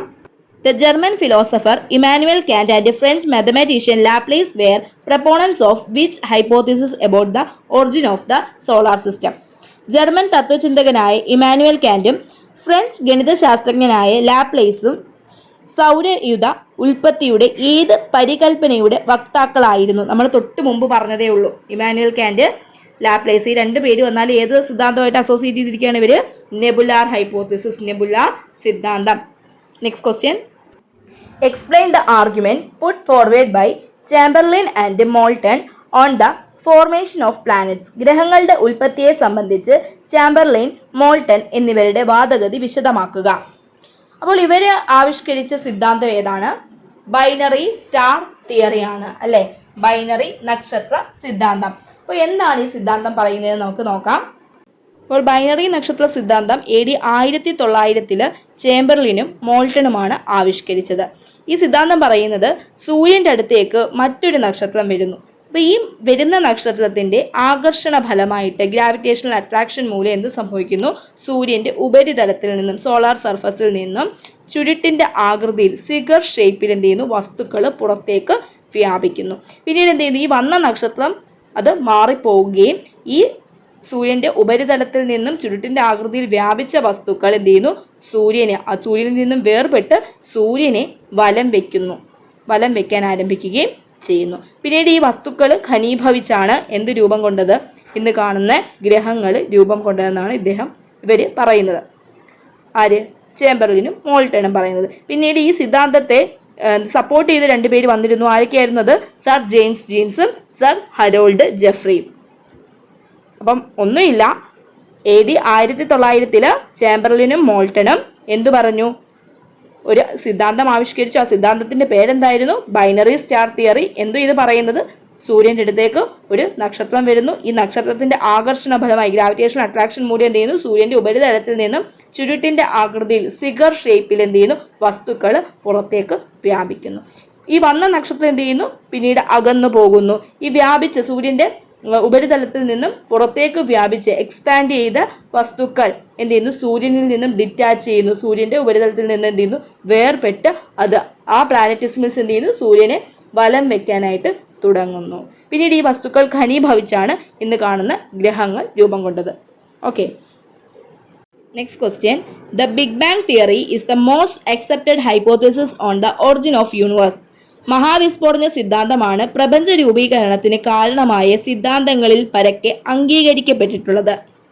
ആദ്യത്തെ ക്വസ്റ്റ്യൻ നോക്കിയേ. Name the scholar who postulated this hypothesis. ഈ സിദ്ധാന്തം അവതരിപ്പിച്ച ചിന്തകൻ ആര്? ആരാണ്? Edwin Hubble. എഡ്വിൻ ഹബിൾ ആണ് ഈ സിദ്ധാന്തം ആവിഷ്കരിച്ചത്. Right the stages involve in the development of universe. പ്രപഞ്ച വികാസത്തിലെ വിവിധ ഘട്ടങ്ങൾ എഴുതുക. അപ്പോൾ പ്രധാനമായിട്ട് 3 ഘട്ടങ്ങളുണ്ട്, 3 സ്റ്റേജസ് ഉണ്ട്. ആ 3 സ്റ്റേജസ് പഠിച്ചിരിക്കണം, ചോദിക്കും. അപ്പോൾ ആ 3 സ്റ്റേജസ് ഏതൊക്കെയാണെന്ന് നമുക്ക് നോക്കാം. 3 സ്റ്റേജസ് ഉണ്ട്. ഇവിടെ ഞാൻ വളരെ ഷോർട്ടായിട്ട് അത് കൊടുത്തിട്ടുണ്ടെന്നേ ഉള്ളൂ. നിങ്ങൾ കുറച്ചും കൂടി ഡീപ്പായിട്ട് അത് പഠിക്കണം. അപ്പോൾ ആദ്യത്തെ സ്റ്റേജ് എന്ന് പറഞ്ഞാൽ എന്താണ്? ഈ നമ്മുടെ പ്രപഞ്ചത്തിലുള്ള സകല മാറ്റേഴ്സും എല്ലാ ദ്രവ്യങ്ങളും ആദ്യം എന്താണ്? ഒരു ചെറു കണികയിലാണ് ഉൾക്കൊണ്ടിരുന്നതെന്നും ആ ചെറു കണികയ്ക്ക് ആ ഒരു ടൈനി ബോളിന് എന്താണ്? വളരെ വലിയ അതിതീവ്രമായ താപവും ഇൻഫിനിറ്റ് ടെമ്പറേച്ചറും ഇൻഫിനിറ്റ് ഡെൻസിറ്റിയും ഒക്കെ ഉണ്ടായിരുന്നു. സാന്ദ്രതയും വലിയ സാന്ദ്രതയൊക്കെ ഉണ്ടായിരുന്നു ആ കണികയ്ക്ക്. പിന്നീട് എന്ത് സംഭവിച്ചു? സെക്കൻഡ് സ്റ്റേജ് ആയപ്പോഴത്തേക്ക് ഏകദേശം ഒരു 13.7 ശതകോടി വർഷങ്ങൾക്ക് മുമ്പ് എന്ത് സംഭവിച്ചു? ഈ കണിക എന്ത് ചെയ്യുന്നു? അതിഭീമമായിട്ട് പൊട്ടിത്തെറിച്ചു, അല്ലെങ്കിൽ വിസ്ഫോടനത്തിലൂടെ ഇത് വികസിച്ചു. ആ ഒരു ടൈനി ബോൾ എന്ത് ചെയ്യുന്നു? എക്സ്പ്ലോഡ് ചെയ്യുന്നു. അപ്പോൾ ഈ എക്സ്പ്ലോഡ് ചെയ്തതിലൂടെ എന്ത് സംഭവിക്കുന്നു? നമ്മുടെ പ്രപഞ്ചം വികസിച്ചു, അല്ലേ? ഈ വിസ്ഫോടനത്തിൻ്റെ ആദ്യ ഘട്ടങ്ങളിൽ ഈ പ്രപഞ്ച വികാസം വളരെ വേഗമായിരുന്നുവെങ്കിലും പിന്നീട് അത് കുറഞ്ഞു വരികയാണ് ഉണ്ടായത്. ഈ മഹാവിസ്ഫോടനത്തിൻ്റെ ഈ ബിഗ് ബാങ്ങിൻ്റെ ആദ്യ 3 മിനിറ്റ് സമയം കൊണ്ട് തന്നെ ആ ദ്രവ്യത്തിൻ്റെ മാറ്ററിൻ്റെ ഏറ്റവും ചെറിയ ഫോമായിട്ടുള്ള ആദ്യ ആറ്റം ഉടലെടുത്തു. വളരെ ഇമ്പോർട്ടൻ്റ് ആണ്. ഈ വിസ്ഫോടനമുണ്ടായി അതിൻ്റെ ആദ്യ 3 മിനിറ്റ് സമയം കൊണ്ട് നമ്മുടെ ആദ്യ ആറ്റം എന്ത് ചെയ്യുന്നു? ഉടലെടുത്തു. ഇനി തേർഡ് സ്റ്റേജിലോട്ട് വരുമ്പോൾ മഹാവിസ്ഫോടനത്തിന് ശേഷം, ബിഗ് ബാങ്ങിന് ശേഷം, ആഫ്റ്റർ ബിഗ് ബാങ് ഒരു 3 ലക്ഷം വർഷങ്ങൾ പിന്നിട്ടപ്പോൾ നമ്മുടെ ഈ ടെമ്പറേച്ചർ 4500 കെൽവിനിൽ താഴെയായി കുറഞ്ഞു. അങ്ങനെ കൂടുതൽ ദ്രവ്യ രൂപീകരണം, കൂടുതൽ മാറ്റർ ഫോം ചെയ്യുകയും പ്രപഞ്ചം സുതാര്യമാവുകയും ചെയ്തു. പ്രപഞ്ചം ട്രാൻസ്പെറൻ്റ് ആവുകയും ചെയ്തു. അപ്പോൾ ഇപ്പോൾ ഞാനിങ്ങനെ പറയുമ്പോൾ നിങ്ങൾക്ക് വളരെ വേഗമായിട്ട് തോന്നാം. പക്ഷേ നിങ്ങൾ എന്ത് ചെയ്യുക? ഇത് ഓൾറെഡി ഒരു റിവിഷൻ ക്ലാസ് പോലെയാണ്, അല്ലെങ്കിൽ ഒരു പ്രീവിയസ് ക്വസ്റ്റ്യൻ ഡിസ്കഷൻ ആയതുകൊണ്ടാണ് ഞാനിങ്ങനെ പറഞ്ഞു പോയത്. നിങ്ങൾ ഒന്നും മനസ്സിലായിട്ടില്ലെങ്കിൽ എന്ത് ചെയ്യുക? ടെക്സ്റ്റ് അല്ലെങ്കിൽ നോട്ടൊക്കെ എടുത്ത് ഒന്നും കൂടെ ഒന്ന് വായിക്കുക. വളരെ ഇമ്പോർട്ടൻ്റ് ആയിട്ടുള്ള കാര്യമാണ് ഈ ബിഗ് ബാങ് തിയറിയും അതിൻ്റെ സ്റ്റേജസും, കേട്ടോ. പിന്നീട് ഈ ഒരു പാഠത്തിൽ നിന്ന് ചോദിക്കാൻ ചാൻസ് ഉള്ള മറ്റൊരു പ്രധാനപ്പെട്ട ക്വസ്റ്റ്യനാണ് ഡീഗ്യാസിങ് അഥവാ വാതകമോചനം. അത് ഞാൻ ആഡ് ചെയ്യാൻ വിട്ടുപോയതാണ്. അപ്പോൾ എന്താണ് വാതകമോചനം അഥവാ ഡീഗ്യാസിങ്? നമുക്കറിയാം, പണ്ട് ഭൂമി എങ്ങനെയാണ്? ചുട്ടുപൊള്ളി ഭയങ്കര ചൂടായിരുന്നു. ഭൂമിയൊക്കെ രൂപം കൊണ്ടപ്പോൾ എന്താണ്? ഭയങ്കര ചൂടായിരുന്നു. പിന്നീട് എന്ത് ചെയ്യുന്നു? ഭൂമി സാവധാനം തണുക്കാൻ തുടങ്ങി. അങ്ങനെ ഭൂമി തണുക്കാൻ തുടങ്ങിയപ്പം ഭൂമിയുടെ ഉള്ളിൽ നിന്ന് എന്ത് സംഭവിച്ചു? വാതകങ്ങളും ഗ്യാസസും വാട്ടർ വേപ്പറും ഒക്കെ എന്ത് ചെയ്യാൻ തുടങ്ങി? ജലബാഷ്പവും ഒക്കെ എന്ത് ചെയ്യാൻ തുടങ്ങി? പുറത്തേക്ക് റിലീസ് ചെയ്യാൻ തുടങ്ങി, പുറത്തേക്ക് വരാനായിട്ട് തുടങ്ങി. എന്താ പറഞ്ഞ? ഭൂമി സാവധാനം തണുക്കാൻ തുടങ്ങിയപ്പം ഭൂമിയുടെ ഉള്ളിൽ നിന്നും വാതകങ്ങളും ഗ്യാസസും ജലബാഷ്പവും വാട്ടർ വേപ്പറും ഒക്കെ എന്ത് ചെയ്യാൻ തുടങ്ങി? റിലീസ് ചെയ്യാൻ തുടങ്ങി, പുറത്തേക്ക് വരാനായിട്ട്, ഔട്ട്പോർ ചെയ്യാനായിട്ട് തുടങ്ങി. ഇതിൻ്റെ ഫലമായിട്ടാണ് ഇന്ന് കാണുന്ന നമ്മുടെ അന്തരീക്ഷം രൂപം കൊണ്ടത്. ജലബാഷ്പം കൂടാതെ വിവിധ വാതകങ്ങളും ഭൂമിയുടെ ഉള്ളിൽ നിന്നും പുറത്തേക്ക് വരുന്നുണ്ടെന്ന് പറഞ്ഞല്ലോ. ആ വാതകങ്ങൾ ഏതൊക്കെയാണെന്ന് നോക്കാം. Nitrogen, carbon dioxide, methane, ammonia, oxygen തുടങ്ങിയ വാതകങ്ങളാണ് പുറത്തേക്ക് വന്നത്. ഈ വാതകങ്ങളുടെ എല്ലാം പുറത്തേക്കുള്ള ബഹിർഗമനമാണ് വാതക മോചനം. The process through which the gases were outpoured from the interior of the earth is called degassing. അപ്പോൾ ഈ ഒരു പാഠഭാഗത്തു നിന്ന് ചോദിക്കാൻ ചാൻസ് ഉള്ള ഒരു ക്വസ്റ്റ്യൻ തന്നെയാണ് വാതക മോചനം അഥവാ ഡീഗ്യാസിംഗ് എന്ന് പറയുന്നത്. പിന്നെ ഈ പാഠഭാഗത്തു നിന്ന് പ്രധാനമായും നമ്മൾ എല്ലാ സിദ്ധാന്തങ്ങളും, നെബുലാർ ഹൈപ്പോത്തസിസ്, അതുപോലെ തന്നെ binary star theory, revised nebular hypothesis, big bang theory, steady state theory, ഈ തിയറീസ് എല്ലാം നന്നായി പഠിക്കണം. ഓക്കെ, നമുക്ക് നെക്സ്റ്റ് ചാപ്റ്ററിലെ പ്രീവിയസ് ക്വസ്റ്റ്യൻസിലോട്ട് പോകാം. അടുത്ത മൂന്നാമത്തെ ചാപ്റ്ററിൻ്റെ നെയിമാണ് ഇൻറ്റീരിയർ ഓഫ് ദ എർത്ത്, ഭൂമിയുടെ ഉള്ളറ. ആദ്യത്തെ ക്വസ്റ്റ്യൻ നോക്കാം. Which are the 3 types of seismic waves generated by an earthquake? Which is the instrument used to record these seismic waves? ഭൂകമ്പം മൂലമുണ്ടാകുന്ന 3 തരം സീസ്മിക് തരംഗങ്ങൾ ഏതെല്ലാം? ഇവ രേഖപ്പെടുത്തുവാൻ ഉപയോഗിക്കുന്ന ഉപകരണം ഏതാണ്? എർത്ത്ക്വേക്ക് വേവ്സിനെ നമുക്ക് പ്രധാനമായിട്ടും രണ്ടായിട്ട് തരംതിരിക്കാം. ഭൂകമ്പ തരംഗങ്ങളെ നമുക്ക് പ്രധാനമായിട്ടും രണ്ടായിട്ട് തരംതിരിക്കാം. അതിൽ ആദ്യത്തേതാണ് ബോഡി വേവ്സ് അഥവാ ബോഡി തരംഗങ്ങൾ അല്ലെങ്കിൽ ഭൂശരീര തരംഗങ്ങൾ. രണ്ടാമത്തേത് സർഫസ് വേവ്സ് അഥവാ ഉപരിതല തരംഗങ്ങൾ അല്ലെങ്കിൽ പ്രതല തരംഗങ്ങൾ എന്നൊക്കെ ഇത് അറിയപ്പെടുന്നു. അപ്പം ബോഡി വേവ്സ് അല്ലെങ്കിൽ ഭൂശരീര തരംഗങ്ങൾ, അതായത് ഒരു എർത്ത്ക്വേക്ക് ഉണ്ടാകുമ്പോൾ ഭൂമിയുടെ ഉള്ളിൽ നിന്ന് എന്ത് ചെയ്യുന്നു? ഊർജ്ജം മോചിപ്പിക്കപ്പെടുന്നു. ഈ ഊർജ്ജ മോചനത്തിൻ്റെ ഫലമായിട്ട്, എനർജി റിലീസ് ചെയ്യുന്നതിൻ്റെ ഫലമായിട്ട് എന്ത് ചെയ്യുന്നു? ഭൂമിയുടെ ഉള്ളിൽ നിന്ന് ഈ എനർജി പുറത്തേക്ക് വരുന്നു. എങ്ങനെ? വേവ്സിൻ്റെ രൂപത്തിൽ, തരംഗത്തിൻ്റെ രൂപത്തിൽ. അത് ഈ ഭൂമിയുടെ ഉള്ളിൽ നിന്നും, അതായത് ഭൂമിയുടെ ആ ഒരു എർത്ത്ക്വേക്ക് ഉണ്ടായ ഒരു പോയിന്റ് ഉണ്ടല്ലോ, ഫോക്കസ്, ആ ഫോക്കസിൽ നിന്ന് എന്ത് ചെയ്യുന്നു? ഇത് തരംഗ രൂപത്തിൽ ഭൂമിയുടെ ഉള്ളിലൂടെ സഞ്ചരിക്കുന്നു. ഇങ്ങനെയുള്ള തരംഗങ്ങളെയാണ് നമ്മുടെ ഭൂമിയുടെ ഉള്ളിലൂടെ, ഭൂമിയുടെ ബോഡിയിലൂടെ സഞ്ചരിക്കുന്ന തരംഗങ്ങളെയാണ് നമ്മൾ എന്തെന്ന് പറയുന്നത്? ബോഡി തരംഗങ്ങൾ അല്ലെങ്കിൽ ബോഡി വേവ്സ് എന്താണ്? ഭൂശരീര തരംഗങ്ങൾ എന്നൊക്കെ വിളിക്കുന്നത്. ഇതിനെ നമുക്ക് പ്രധാനമായിട്ടും രണ്ടായിട്ട് വീണ്ടും തരംതിരിക്കാം. അതാണ് പി വേവ്സ് അല്ലെങ്കിൽ പ്രൈമറി വേവ്സ്, പ്രാഥമിക തരംഗങ്ങൾ. രണ്ടാമത്തേത് എസ് വേവ്സ്, സെക്കൻഡറി വേവ്സ്, ദ്വിതീയ തരംഗങ്ങൾ. ഇതിനകത്ത് എന്താണ് പി വേവ്സ് എന്ന് നമുക്ക് നോക്കാം. ഭൂമിയുടെ ഉപരിതലത്തിൽ ആദ്യം എത്തിച്ചേരുന്ന തരംഗങ്ങളാണ് പി വേവ്സ് അഥവാ പ്രൈമറി വേവ്സ് എന്ന് പറയുന്നത്. എർത്ത് സർഫസിൽ ആദ്യം ഫസ്റ്റ് എത്തിച്ചേരുന്ന തരംഗങ്ങളാണ്, വേവ്സിനെയാണ് നമ്മൾ എന്തെന്ന് പറയുന്നത്? പി വേവ്സ് അല്ലെങ്കിൽ പ്രൈമറി വേവ്സ്, പ്രാഥമിക തരംഗങ്ങളെന്ന് പറയുന്നത്. ഏറ്റവും വേഗത കൂടിയ ഭൂകമ്പ തരംഗങ്ങളാണിത്. The fastest of all waves, ഏറ്റവും വേഗത കൂടിയ ഭൂകമ്പ തരംഗങ്ങൾ ഏതാണ്? പി വേവ്സ് ആണ്. ഇനി ഈ പി വേവ്സിൻ്റെ പ്രധാന പ്രത്യേകത എന്ന് പറയുന്നത് ഖരം, ദ്രാവകം, വാതകം എന്നിവയിലൂടെ എല്ലാം സഞ്ചരിക്കാൻ കഴിയുന്ന ഭൂകമ്പ തരംഗമാണ് ഏതെന്ന് പറയുന്നത്? പി വേവ്സ് എന്ന് പറയുന്നത്. ഖരം, ദ്രാവകം, വാതകം, സോളിഡ്, ലിക്വിഡ് ആൻഡ് ഗ്യാസ്, ഈ 3 അവസ്ഥയിലൂടെയും ഈ വേവിന് എന്ത് ചെയ്യാൻ പറ്റും? സഞ്ചരിക്കാനായിട്ട് സാധിക്കും. ഓക്കെ, അടുത്ത ബോഡി വേവ് ആണ് S waves or secondary waves അല്ലെങ്കിൽ ദ്വിതീയ തരംഗങ്ങൾ. ഇതിൻ്റെ പ്രത്യേകത എന്ന് വെച്ചാൽ ഭൂമിയുടെ ഉപരിതലത്തിൽ രണ്ടാമതായി എത്തിച്ചേരുന്ന തരംഗമാണ്, ഭൂകമ്പ തരംഗമാണ് എസ് വേവ്സ് അല്ലെങ്കിൽ സെക്കൻഡറി വേവ്സ് അല്ലെങ്കിൽ ദ്വിതീയ തരംഗങ്ങൾ എന്ന് പറയുന്നത്. ഇതിൻ്റെ ഏറ്റവും വലിയ പ്രത്യേകത ഇത് ഖരാവസ്ഥയിൽ മാത്രമേ സഞ്ചരിക്കുകയുള്ളൂ. ഇത് സോളിഡ് മീഡിയത്തിലൂടെ മാത്രമേ എന്ത് ചെയ്യത്തുള്ളൂ? സഞ്ചരിക്കുകയുള്ളൂ. ഇത് ലിക്വിഡിലൂടെ സഞ്ചരിക്കത്തില്ല. പിന്നീട് ഇതെന്താണ്? നമ്മുടെ പി വേവ്സ് എന്ന് പറയുന്നത് വളരെ വേഗം സഞ്ചരിക്കുന്ന വേവ്സ് ആണ്. പി വേവ്സ് എന്ന് നമ്മൾ പറഞ്ഞു, വളരെ വേഗത്തിൽ സഞ്ചരിക്കുന്ന തരംഗങ്ങളാണ് ഏതെന്ന് പറയുന്നത്? പി വേവ്സ് എന്ന് പറയുന്നു. എന്നാൽ എസ് വേവ്സ് എന്ന് പറയുന്നത് പി വേവ്സിനേക്കാൾ കുറഞ്ഞ വേഗതയിലാണ് സഞ്ചരിക്കുന്നത്. പി വേവ്സിനേക്കാൾ, പി തരംഗങ്ങളെക്കാൾ എന്താണ്? പ്രാഥമിക തരംഗങ്ങളെക്കാൾ വേഗത കുറവിലാണ് ആര് സഞ്ചരിക്കുന്നത്? എസ് വേവ്സ് സഞ്ചരിക്കുന്നത്. ഇനി ഈ പി വേവ്സ് എസ് വേവ്സും എന്താണ്? ബോഡി തരംഗങ്ങളിലാണ് ഏതെന്ന് പറയുന്നത്? പി വേവ്സും എസ് വേവ്സും. ഇനി അടുത്ത വേവാണ് ഏതെന്ന് പറയുന്നത്? Surface waves. സർഫസ് വേവ്സ് അല്ലെങ്കിൽ പ്രതല തരംഗങ്ങൾ, ഉപരിതല തരംഗങ്ങൾ എന്നൊക്കെ ഇത് അറിയപ്പെടുന്നു. ഇനി എന്താണ് സർഫസ് വേവ്സ്? ബോഡി വേവ്സ് നമുക്കറിയാം എങ്ങനെയാണ്? ഭൂമിയുടെ ഉള്ളിലൂടെയാണ് സഞ്ചരിക്കുന്നത്. ഈ ഭൂമിയുടെ ഉള്ളിലൂടെ സഞ്ചരിക്കുന്ന ഈ ബോഡി വേവ്സ് നമ്മുടെ എർത്തിൻ്റെ സർഫസിൽ വരുമ്പോൾ അത് എന്തായി മാറുന്നു? അത് സർഫസ് വേവ്സ് ആയിട്ട് മാറുന്നു അല്ലെങ്കിൽ പ്രതല തരംഗങ്ങളായിട്ട് മാറുന്നു. Travel parallel to the surface of the earth, ഭൂപ്രതലത്തിന് സമാന്തരമായി സഞ്ചരിക്കുന്നു. അപ്പോൾ ഈ സർഫസ് വേവ്സ് അല്ലെങ്കിൽ പ്രതല തരംഗങ്ങൾ ഭൂമിയുടെ ഉപരിതലത്തിന് സമാന്തരമായി എന്ത് ചെയ്യുന്നു? ഇത് സഞ്ചരിക്കുന്നു. മോസ്റ്റ് ഡിസാസ്ട്രസ് വേവ്, ഏറ്റവും വിനാശകാരിയായ തരംഗമാണ് ഏതെന്ന് പറയുന്നത് സർഫസ് വേവ് എന്ന് പറയുന്നത്.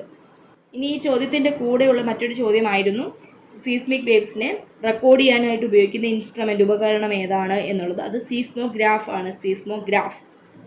Next question, as a natural hazard earth cause many effects, mention a few hazardous effect of an earth.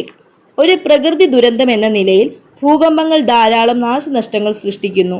ഈ ദുരന്തത്തിന്റെ പരിണിത ഫലങ്ങൾ എന്തൊക്കെയാണെന്ന് ചിത്രീകരിക്കുക.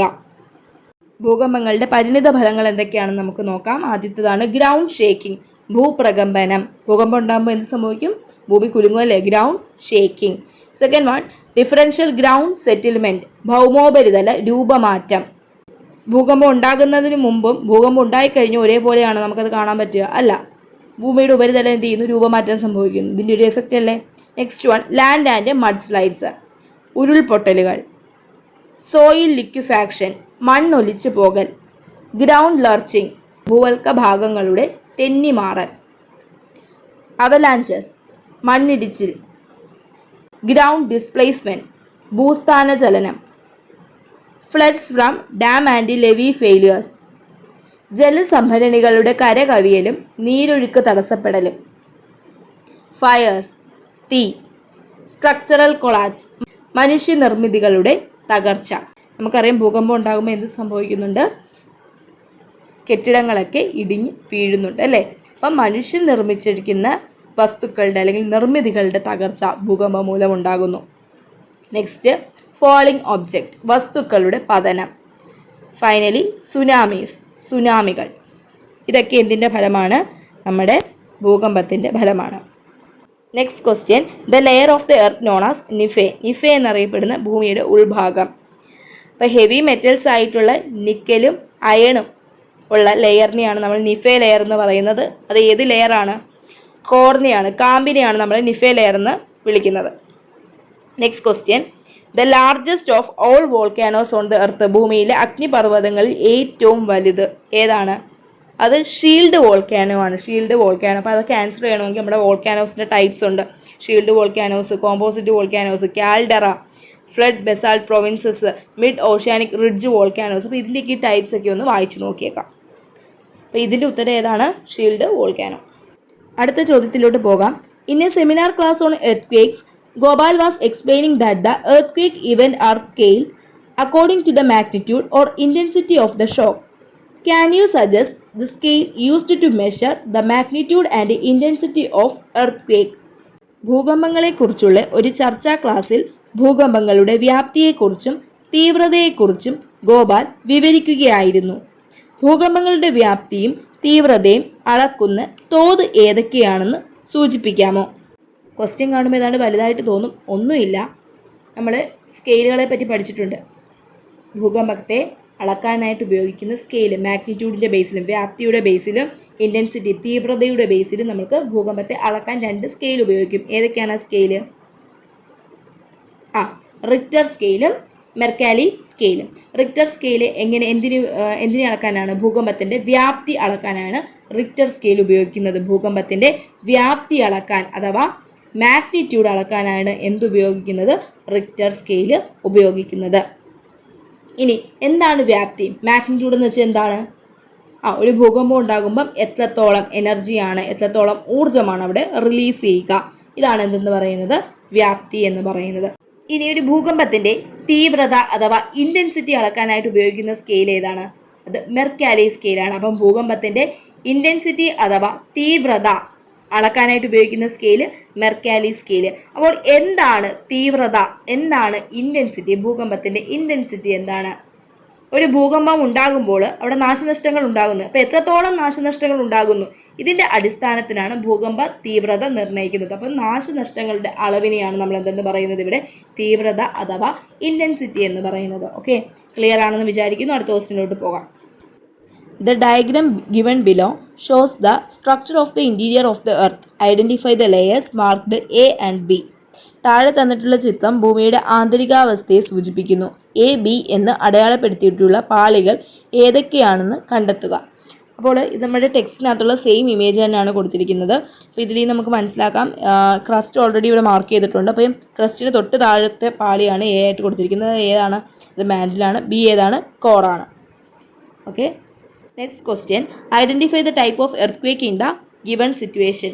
തന്നിരിക്കുന്ന സന്ദർഭങ്ങളിൽ നിന്ന് വിവിധ തരം ഭൂകമ്പങ്ങൾ കണ്ടെത്തുക. അപ്പോൾ ടൈപ്സ് ഓഫ് എർത്ത്ക്വേക്സ്, വിവിധ തരം ഭൂകമ്പങ്ങൾ എന്ന ഭാഗം നന്നായി പഠിച്ചെങ്കിൽ മാത്രമേ ഇത് നമുക്ക് ആൻസർ ചെയ്യാനായിട്ട് സാധിക്കൂ. നമുക്ക് നോക്കാം. ആദ്യത്തേത് ഏരിയാസ് ഓഫ് ആക്റ്റീവ് വോൾക്കാനോസ്. സജീവ അഗ്നിപർവ്വത മേഖലകളിൽ കാണപ്പെടുന്ന ഭൂകമ്പം അതേതാണ്? അത് വോൾക്കാനിക് എർത്ത്ക്വേക്ക് ആണ്. അഗ്നിപർവ്വതജന്യ ഭൂകമ്പങ്ങൾ. അപ്പോൾ അതിൻ്റെ ആൻസർ ഏതാണ്? വോൾക്കാനിക് എർത്ത്ക്വേക്ക്, അഗ്നിപർവ്വതജന്യ ഭൂകമ്പങ്ങൾ. രണ്ടാമത്തത് areas of intensive mining activity. ഖനന പ്രവർത്തനങ്ങൾ വളരെ കൂടുതലായി കാണപ്പെടുന്ന പ്രദേശങ്ങൾ. അത് കൊളാപ്സ് എർത്ത്ക്വേക്ക് ആണ്, കൊളാപ്സ് ഭൂകമ്പമാണ്. അടുത്തത് sliding of rocks along a fault plane. ഒരു ഭ്രംശപ്രതലത്തിലൂടെ ശിലാപാളികൾ നിരങ്ങി നീങ്ങുമ്പോൾ, അങ്ങനെ വരുമ്പോൾ ഉണ്ടാകുന്ന ഭൂകമ്പമാണ് ടെക്ടോണിക് എർത്ത്ക്വേക്ക്, ടെക്ടോണിക് ഭൂകമ്പം. അടുത്തത് ഏരിയാസ് ഓഫ് ലാർജ് റിസർവോയേഴ്സ്. വലിയ ജലസംഭരണികളുള്ള പ്രദേശങ്ങളിൽ ഉണ്ടാകുന്ന ഭൂകമ്പമാണ് റിസർവോയർ ഇൻഡ്യൂസ്ഡ് എർത്ത്ക്വേക്ക്, ജലസംഭരണി പ്രേരിത ഭൂകമ്പങ്ങൾ, ജലസംഭരണി പ്രേരിത ഭൂകമ്പങ്ങൾ, റിസർവോയർ ഇൻഡ്യൂസ്ഡ് എർത്ത്ക്വേക്ക്. നെക്സ്റ്റ് ക്വസ്റ്റ്യനിലോട്ട് പോകാം. Prepare A brief not on the 3 different layers of the interior of the earth. ഭൂമിയുടെ ഉള്ളറയിലെ 3 വിവിധ പാളികളെക്കുറിച്ച് ഒരു ലഘുകുറിപ്പ് തയ്യാറാക്കുക. അപ്പോൾ ഭൂമിക്ക് പ്രധാനമായിട്ടും 3 പാളികളാണുള്ളത്. ഏതൊക്കെയാണ്? Crust, mantle, core. ഭൂവൽക്കം, മാൻറ്റിൽ, കാമ്പ്. ഈ പാളികളെക്കുറിച്ച് എഴുതാനാണ് പറഞ്ഞിരിക്കുന്നത്. ആദ്യത്തെ പാളിയാണ് ക്രസ്റ്റ് എന്ന് പറയുന്നത്. ഭൂമിയുടെ ഏറ്റവും പുറമേ ഉള്ള പാളിയാണ് ഏതെന്ന് പറയുന്നത്? Crest. Outer most solid part of the earth ആണ് ഏതെന്ന് പറയുന്നത്? ക്രസ്റ്റ് അഥവാ ഭൂവൽക്കം എന്ന് പറയുന്നത്. ഇനി ഈ ക്രസ്റ്റിൻ്റെ തിക്നെസ്, അതായത് ക്രസ്റ്റിനെ നമുക്ക് എന്താ ചെയ്യാം? രണ്ടായിട്ട് തരംതിരിക്കാം. പ്രധാനമായിട്ടും ക്രസ്റ്റിനെ രണ്ടായിട്ട് തരംതിരിക്കാം. ഏതൊക്കെയാണത്? കോണ്ടിനെൻ്റൽ ക്രസ്റ്റ്, വൻകര ഭൂവൽക്കം എന്നും, അതുപോലെ തന്നെ ഓഷ്യാനിക് ക്രസ്റ്റ്, സമുദ്ര ഭൂവൽക്കം എന്നും. കോണ്ടിനെൻ്റൽ ക്രസ്റ്റിനെയാണ് നമ്മൾ സിയാൽ എന്ന് വിളിക്കുന്നത്. ഓഷ്യാനിക് ക്രസ്റ്റിനെ, സമുദ്ര ഭൂവൽക്കത്തെ നമ്മൾ വിളിക്കുന്ന പേരാണ് സിമ എന്ന് പറയുന്നത്. ഇനി ഈ ഓഷ്യാനിക് ക്രസ്റ്റ് എന്ന് പറയുന്നത് കോണ്ടിനെൻ്റൽ ക്രസ്റ്റിനേക്കാളും കനം കുറവായിരിക്കും. ഓഷ്യാനിക് ക്രസ്റ്റിന് കോണ്ടിനെൻ്റൽ ക്രസ്റ്റിനേക്കാളും കനം എങ്ങനെയായിരിക്കും? കുറവായിരിക്കും. ഓഷ്യാനിക് ക്രസ്റ്റിൻ്റെ ഒരു ആവറേജ് തിക്നെസ്, ആവറേജ് കനം എന്ന് പറയുന്നത് എത്രയാണ്? 5 കിലോമീറ്റർ ആണ്. എന്നാൽ കോണ്ടിനെൻ്റൽ ക്രസ്റ്റിൻ്റെ ഏകദേശം 30 കിലോമീറ്റർ വരെയാണ്. ഇനി ചില സ്ഥലങ്ങളിൽ, ഹിമാലയം പോലുള്ള ചില സ്ഥലങ്ങളിൽ എന്ത് ചെയ്യുന്നു? ഈ കോണ്ടിനെൻ്റൽ ക്രസ്റ്റിൻ്റെ, വൻകര ഭൂവൽക്കത്തിൻ്റെ തിക്നെസ്, കനം ഏകദേശം 70 കിലോമീറ്റർ വരെ കാണപ്പെടുന്നു. അടുത്ത പാളിയാണ് ഏതെന്ന് പറയുന്നത്? മാൻറ്റിൽ എന്ന് പറയുന്നത്. അടുത്ത ഭൂമിയുടെ ഉള്ളിലെ പാളിയാണ് ഏതെന്ന് പറയുന്നത്? മാൻറ്റിൽ. ക്രസ്റ്റിനെയും മാൻറ്റിലിനെയും തമ്മിൽ വേർതിരിക്കുന്ന ഒരു വിച്ഛിന്നത അഥവാ ഒരു ഡിസ്കണ്ടിന്യൂറ്റിയാണ് മൊഹറോവിസിക് ഡിസ്കണ്ടിന്യൂറ്റി അഥവാ ഡിസ്കണ്ടിന്യൂറ്റി അഥവാ മോഹോ ഡിസ്കണ്ടിന്യൂറ്റി, മൊഹറോവിസിക് വിച്ഛിന്നത എന്നൊക്കെ പറയുന്നത്. ക്രസ്റ്റിനെയും മാൻറ്റിലിനെയും തമ്മിൽ വേർതിരിക്കുന്ന വിച്ഛിന്നതയാണ് മൊഹറോവിസിക് ഡിസ്കണ്ടിന്യൂറ്റി, മൊഹറോവിസിക് വിച്ഛിന്നത എന്ന് പറയുന്നത്. ഇനി അടുത്ത ലെയറായ മാൻറ്റിലിലോട്ട് പോകാം. ഭൂവൽക്കത്തിന് തൊട്ട് താഴെയായി കാണപ്പെടുന്ന പാളിയാണ് ഏതെന്ന് പറയുന്നത്? മാൻറ്റിൽ എന്ന് പറയുന്നത്. ഇത് ഏകദേശം 2900 കിലോമീറ്റർ വരെ എക്സ്റ്റെൻഡ് ചെയ്ത് കിടക്കുന്നു. അപ്പം മാൻറ്റിൽ എത്ര കിലോമീറ്റർ വരെ എക്സ്റ്റെൻഡ് ചെയ്ത് കിടക്കുന്നു? 2900 കിലോമീറ്റർ വരെ എക്സ്റ്റെൻഡ് ചെയ്ത് കിടക്കുന്നു. ഈ മാൻറ്റിലിനെ നമുക്ക് രണ്ടായിട്ട് വേർതിരിക്കാം. അപ്പർ മാൻറ്റിൽ അഥവാ ഉപരി മാൻറ്റിൽ എന്നും, ലോവർ മാൻറ്റിൽ അഥവാ അധോ മാൻറ്റിൽ, കീഴ് മാൻറ്റിൽ, അധോ മാൻറ്റിൽ എന്നൊക്കെ നമുക്ക് രണ്ടായിട്ട് ഇതിനെ വേർതിരിക്കാം. അപ്പം മാൻറ്റിലിനെ നമുക്ക് എത്രയായിട്ട് വേർതിരിക്കാം? രണ്ടായിട്ട് വേർതിരിക്കാം. ഏതൊക്കെയാണ്? അപ്പർ മാൻറ്റിൽ, ഉപരി മാൻറ്റിൽ എന്നും, ലോവർ മാൻറ്റിൽ, അധോ മാൻറ്റിൽ എന്നും രണ്ടായിട്ട് വേർതിരിക്കാം. ഇനി മാൻറ്റിലിൻ്റെ അപ്പർ പോർഷനെയാണ് നമ്മൾ എന്തെന്ന് വിളിക്കുന്നത്? അസ്തനോസ്ഫിയർ. അപ്പം മാൻറ്റിലിൻ്റെ ഉപരിഭാഗത്തെയാണ് നമ്മൾ എന്തെന്ന് വിളിക്കുന്നത്? അസ്തനോസ്ഫിയർ എന്ന് വിളിക്കുന്നത്. മാഗ്മയുടെയൊക്കെ പ്രധാന സ്രോതസ്സാണ് ഈ അസ്തനോസ്ഫിയർ എന്ന് പറയുന്നത്. ഇനി എന്താണ് ലിത്തോസ്ഫിയർ എന്ന് പറയുന്നത്? ക്രസ്റ്റും അപ്പർ പോർഷൻ ഓഫ് മാൻറ്റിലും കൂടെ ചേർന്നതാണ് ഏതെന്ന് പറയുന്നത്? ലിത്തോസ്ഫിയർ. ക്രസ്റ്റും ഭൂവൽക്കവും അതുപോലെ തന്നെ മാൻറ്റിലിൻ്റെ ഉപരിഭാഗവും കൂടെ ചേരുന്നതാണ് ഏതെന്ന് പറയുന്നത്? ലിത്തോസ്ഫിയർ എന്ന് പറയുന്നത്. ഇനി ഏറ്റവും താഴെയുള്ള ലെയറാണ് കോർ അഥവാ കാമ്പ് എന്ന് പറയുന്നത്. ഇനി മാൻറ്റിലിനെയും ഈ കോറിനെയും തമ്മിൽ വേർതിരിക്കുന്ന, മാൻറ്റിലിനെയും കാമ്പിനെയും തമ്മിൽ വേർതിരിക്കുന്ന ഒരു ഡിസ്കണ്ടിന്യൂറ്റി ഉണ്ട്, ഒരു വിച്ഛിന്നതയുണ്ട്. അതാണ് ഗുട്ടൻബർഗ് ഡിസ്കണ്ടിന്യൂറ്റി. അതാണ് ഏതെന്ന് പറയുന്നത് ഗുട്ടൻബർഗ് ഡിസ്കണ്ടിന്യൂറ്റി. ഇനി നമുക്ക് കോറിലോട്ട് പോകാം. കോർ അല്ലെങ്കിൽ കാമ്പ് ഭൂമിയുടെ ഏറ്റവും ഉള്ളിലുള്ള പാളിയാണ് ഏതെന്ന് പറയുന്നത് കോർ അല്ലെങ്കിൽ കാമ്പ് എന്ന് പറയുന്നത്. ഇത് നമ്മുടെ മാൻറ്റിലിന് തൊട്ട് താഴെയായിട്ട് കാണപ്പെടുന്നു. അപ്പോൾ മാൻറ്റിൽ എത്ര കിലോമീറ്റർ വരെയായിരുന്നു? 2900 കിലോമീറ്റർ വരെയായിരുന്നു മാൻറ്റിൽ എന്ന് പറയുന്നത്. അപ്പോൾ 2900 കിലോമീറ്റർ മുതലാണ് നമ്മുടെ കോർ അല്ലെങ്കിൽ കാമ്പ് തുടങ്ങുന്നത് തന്നെ, ആരംഭിക്കുന്നത് തന്നെ. ഈ കോറിനെ നമുക്ക് രണ്ടായിട്ട് തരംതിരിക്കാം. ഔട്ടർ കോറ് പുറക്കാമ്പെന്നും ഇന്നർ കോറ് അകക്കാമ്പെന്നും നമുക്ക് കോറിനെ രണ്ടായിട്ട് വേർതിരിക്കാം. ഇനി ഔട്ടർ കോറ് അഥവാ പുറക്കാമ്പെന്ന് പറയുന്നത് ഏതവസ്ഥയിലാണ്? ലിക്വിഡ് സ്റ്റേറ്റിലാണ്, ദ്രാവകാവസ്ഥയിലാണ് കാണപ്പെടുന്നത്. Inner core അകക്കാമ്പ് ഏതവസ്ഥയിലാണ്? ഖരാവസ്ഥയിലാണ് കാണപ്പെടുന്നത്. ഇനി ഇവിടെ എന്താണ് ഹെവി മെറ്റൽസ് ആയിട്ടുള്ള നിക്കൽ, അയൺ ഒക്കെ കാണപ്പെടുന്നത് കൊണ്ട് തന്നെ ഈ ഒരു പാളിയെ നമ്മൾ നിഫെ ലെയർ, NIFE നിഫെ ലെയർ എന്നും കൂടെ നമ്മൾ വിളിക്കുന്നു. അപ്പോൾ നിഫെ ലെയർ എന്നറിയപ്പെടുന്ന പാളി ഏതാണെന്ന് ചോദിച്ചാൽ അതേതാണ്? കോറാണ്. ഇനി ഔട്ടർ കോറ് 2900 കിലോമീറ്റർ മുതൽ ഏകദേശം 5100 കിലോമീറ്റർ വരെയാണ് എക്സ്റ്റെൻഡ് ചെയ്തിരിക്കുന്നത്. ഔട്ടർ കോറ് അല്ലെങ്കിൽ പുറക്കാമ്പ് ഏകദേശം 2900 കിലോമീറ്റർ മുതൽ 5100 കിലോമീറ്റർ വരെയാണ് എക്സ്റ്റെൻഡ് ചെയ്തിരിക്കുന്നത്. പിന്നീട് 5100 കിലോമീറ്റർ മുതൽ ഏകദേശം ഭൂമിയുടെ ഉള്ളു വരെ, അതായത് ഭൂമിയുടെ കേന്ദ്രം വരെ ഏകദേശം ഒരു 6300 കിലോമീറ്റർ വരെയാണ് നമ്മുടെ ഇന്നർ കോറ് കാണപ്പെടുന്നത്. അടുത്ത ചോദ്യം, differentiate between the epicentre and seismic focus. അതികേന്ദ്രവും ഭൂകമ്പ നാഭിയും തമ്മിലുള്ള വ്യത്യാസം എഴുതുക. അപ്പം ഫോക്കസും എപ്പിസെൻറ്ററും തമ്മിലുള്ള വ്യത്യാസം എഴുതാനാണ് ക്വസ്റ്റ്യൻ. നമുക്ക് ആൻസർ ചെയ്യാം. ഫോക്കസ് എന്ന് വെച്ചാൽ ഭൂകമ്പം ഉണ്ടാകുമ്പോൾ ഭൂമിയുടെ ഉള്ളിൽ ആ എനർജി റിലീസ് ചെയ്യുന്ന, ഊർജ്ജം മോചിപ്പിക്കുന്ന ആ ഒരു പോയിന്റിനെയാണ് നമ്മൾ എന്തെന്ന് പറയുന്നത്? ഫോക്കസ് എന്ന് പറയുന്നത്. അപ്പോൾ എന്താണ് ഭൂകമ്പം ഉണ്ടാകുമ്പോൾ ഭൂമിയുടെ ഉള്ളിൽ എനർജി റിലീസ് ചെയ്യുന്ന ആ ഒരു പോയിന്റിനെയാണ് നമ്മൾ എന്തെന്ന് പറയുന്നത്? ഫോക്കസ് എന്ന് പറയുന്നത്. ഇനി എപ്പിസെൻറ്റർ എന്ന് വെച്ചാൽ എന്താണ്? ഈ ഫോക്കസിന് തൊട്ട് മുകളിലുള്ള എർത്ത് സർഫസിൽ, ഭൂമിയുടെ ഉപരിതലത്തിലുള്ള ആ ഒരു പോയിന്റിനെയാണ് നമ്മൾ എന്തെന്ന് പറയുന്നത്? എപ്പിസെൻറ്റർ എന്ന് പറയുന്നത്. അപ്പം എപ്പിസെൻറ്റർ എന്ന് വെച്ചാൽ എന്താണ്? ഫോക്കസിന് തൊട്ട് മുകളിലുള്ള ഭൂമിയുടെ ഉപരിതലത്തിലുള്ള പോയിന്റാണ് എന്തെന്ന് പറയുന്നത്? എപ്പിസെൻറ്റർ എന്ന് പറയുന്നത്. അടുത്ത ചോദ്യം, identify the earthquake wave which travels through the surface of the earth. ഭൗമോപരിതലത്തിലൂടെ സഞ്ചരിക്കുന്ന ഭൂകമ്പ തരംഗം ഏതെന്ന് കണ്ടെത്താമോ? ഭൂമിയുടെ ഉപരിതലത്തിലൂടെ, സർഫസിലൂടെ സഞ്ചരിക്കുന്നത് ഏതാണ്? Surface waves. ആ പേരിനകത്ത് തന്നെയുണ്ട് ഉപരിതല തരംഗം അല്ലെങ്കിൽ പ്രതല തരംഗം. അടുത്ത question, name the earthquake wave which is the fastest and can travel through all mediums. ഏറ്റവും വേഗതയേറിയതും എല്ലാ വസ്തുക്കളിലൂടെയും സഞ്ചരിക്കാൻ കഴിവുള്ള ഏക ഭൂകമ്പ തരംഗം ഏതാണത്? പി വേവ്സ് ആണ്, പ്രൈമറി വേവ്സ് ആണത്, പ്രാഥമിക തരംഗങ്ങൾ. ആദ്യത്തെ ക്വസ്റ്റ്യൻ്റെ ആൻസർ സർഫസ് വേവ്സ് അല്ലെങ്കിൽ പ്രതല തരംഗങ്ങൾ, രണ്ടാമത്തെ ആൻസർ പ്രൈമറി വേവ്സ് അല്ലെങ്കിൽ പ്രാഥമിക തരംഗങ്ങൾ. അടുത്ത ക്വസ്റ്റ്യനിലോട്ട് പോകാം. Identify and name the features indexed as A, B and C in the given diagram and prepare a brief note on any one of them. താഴെ തന്നിട്ടുള്ള ചിത്രത്തിൽ ABC എന്ന് അടയാളപ്പെടുത്തിയിട്ടുള്ള ഭൂരൂപങ്ങളെ തിരിച്ചറിഞ്ഞ് അവയിലെ ഏതെങ്കിലും ഒന്നിനെക്കുറിച്ച് ഒരു ലഘു വിവരണം തയ്യാറാക്കുക. അപ്പോൾ ഇത് ഐഡൻറ്റിഫൈ ചെയ്യണമെങ്കിൽ നമ്മൾ ഈ ഡയഗ്രം നന്നായിട്ട് മനസ്സിലാക്കിയിരിക്കണം. നമ്മുടെ ടെക്സ്റ്റിലുള്ള സെയിം ഡയഗ്രമാണ് കൊടുത്തിട്ടുള്ളത്. എയും ബിയും സി എന്താണെന്ന് നമ്മൾ അത് ആ ടെക്സ്റ്റിലുള്ള ഇമേജോ നമുക്ക് മനസ്സിലായെങ്കിൽ മാത്രമേ ഇത് ആൻസർ ചെയ്യാനായിട്ട് സാധിക്കത്തുള്ളൂ. അപ്പോൾ ഇവിടെ എ എന്ന് വെച്ചാൽ എന്താണ്? ഒരു മകുടത്തിൻ്റെ ആകൃതിയിൽ ഒരു ഡോം ഷേപ്പിലുള്ള ഒരു ഫോർമേഷനാണ്. അപ്പോൾ അത് എന്തായിരിക്കും അതിൻ്റെ? ഇതെല്ലാം ഇൻട്രൂസീവ് ഇഗ്നിയസ് ഫോർമേഷനാണ് കൊടുത്തിട്ടുള്ളത്. അപ്പോൾ എയുടെ ആൻസർ എന്തായിരിക്കും? അത് ലാക്കോലിത്ത് ആയിരിക്കും അല്ലേ? എ ലാക്കോലിത്ത് ആയിരിക്കും. ബിയോ? ബി സില്ലായിരിക്കും. സി ബാത്തോലിത്ത്. സി ബാത്തോലിത്ത് ആയിരിക്കും. ഇതിൽ ഏതെങ്കിലും ഒന്നിനെ വിവരിക്കാനാണ് പറഞ്ഞിരിക്കുന്നത്. ലാക്കോലിത്ത് എന്ന് പറഞ്ഞാൽ എന്താണ്? മാഗ്മ ഭൂമിയുടെ ഉള്ളിൽ തണുത്തുറഞ്ഞ് രൂപം കൊള്ളുന്ന ഒരു ഫോർമേഷനാണ്. ഏത് ഷേപ്പാണിത്? ഡോം ഷേപ്പ് അല്ലെങ്കിൽ മകുടാകൃതിയിൽ എന്ത് ചെയ്യുന്നു? മാഗ്മ ഭൂമിയുടെ ഉള്ളിൽ തണുത്തുറയുന്നു. അതിനെയാണ് നമ്മൾ എന്തെന്ന് പറയുന്നത്? ലാക്കോലിത്ത് എന്ന് പറയുന്നത്. സില്ലെന്ന് പറഞ്ഞാൽ എന്താണ്? സില്ലെന്ന് വെച്ചാൽ എന്താണ്? നമ്മുടെ മാഗ്മ തിരശ്ചീനമായിട്ട് ഹൊറിസോണ്ടലായിട്ട് എന്ത് ചെയ്യുന്നു? അത് തണുത്തുറഞ്ഞുണ്ടാകുന്ന കട്ടിയുള്ള ഫോർമേഷനെയാണ് നമ്മൾ എന്തെന്ന് പറയുന്നത്? സില്ലെന്ന് പറയുന്നത്. ഇനി ബാത്തോലിത്ത് എന്ന് വെച്ചാൽ എന്താണ്? ഭൂവൽക്കത്തിനുള്ളിൽ, ക്രസ്റ്റിനുള്ളിൽ വെച്ച് എന്ത് ചെയ്യുന്നു? മാഗ്മ എന്ത് ചെയ്യുന്നു?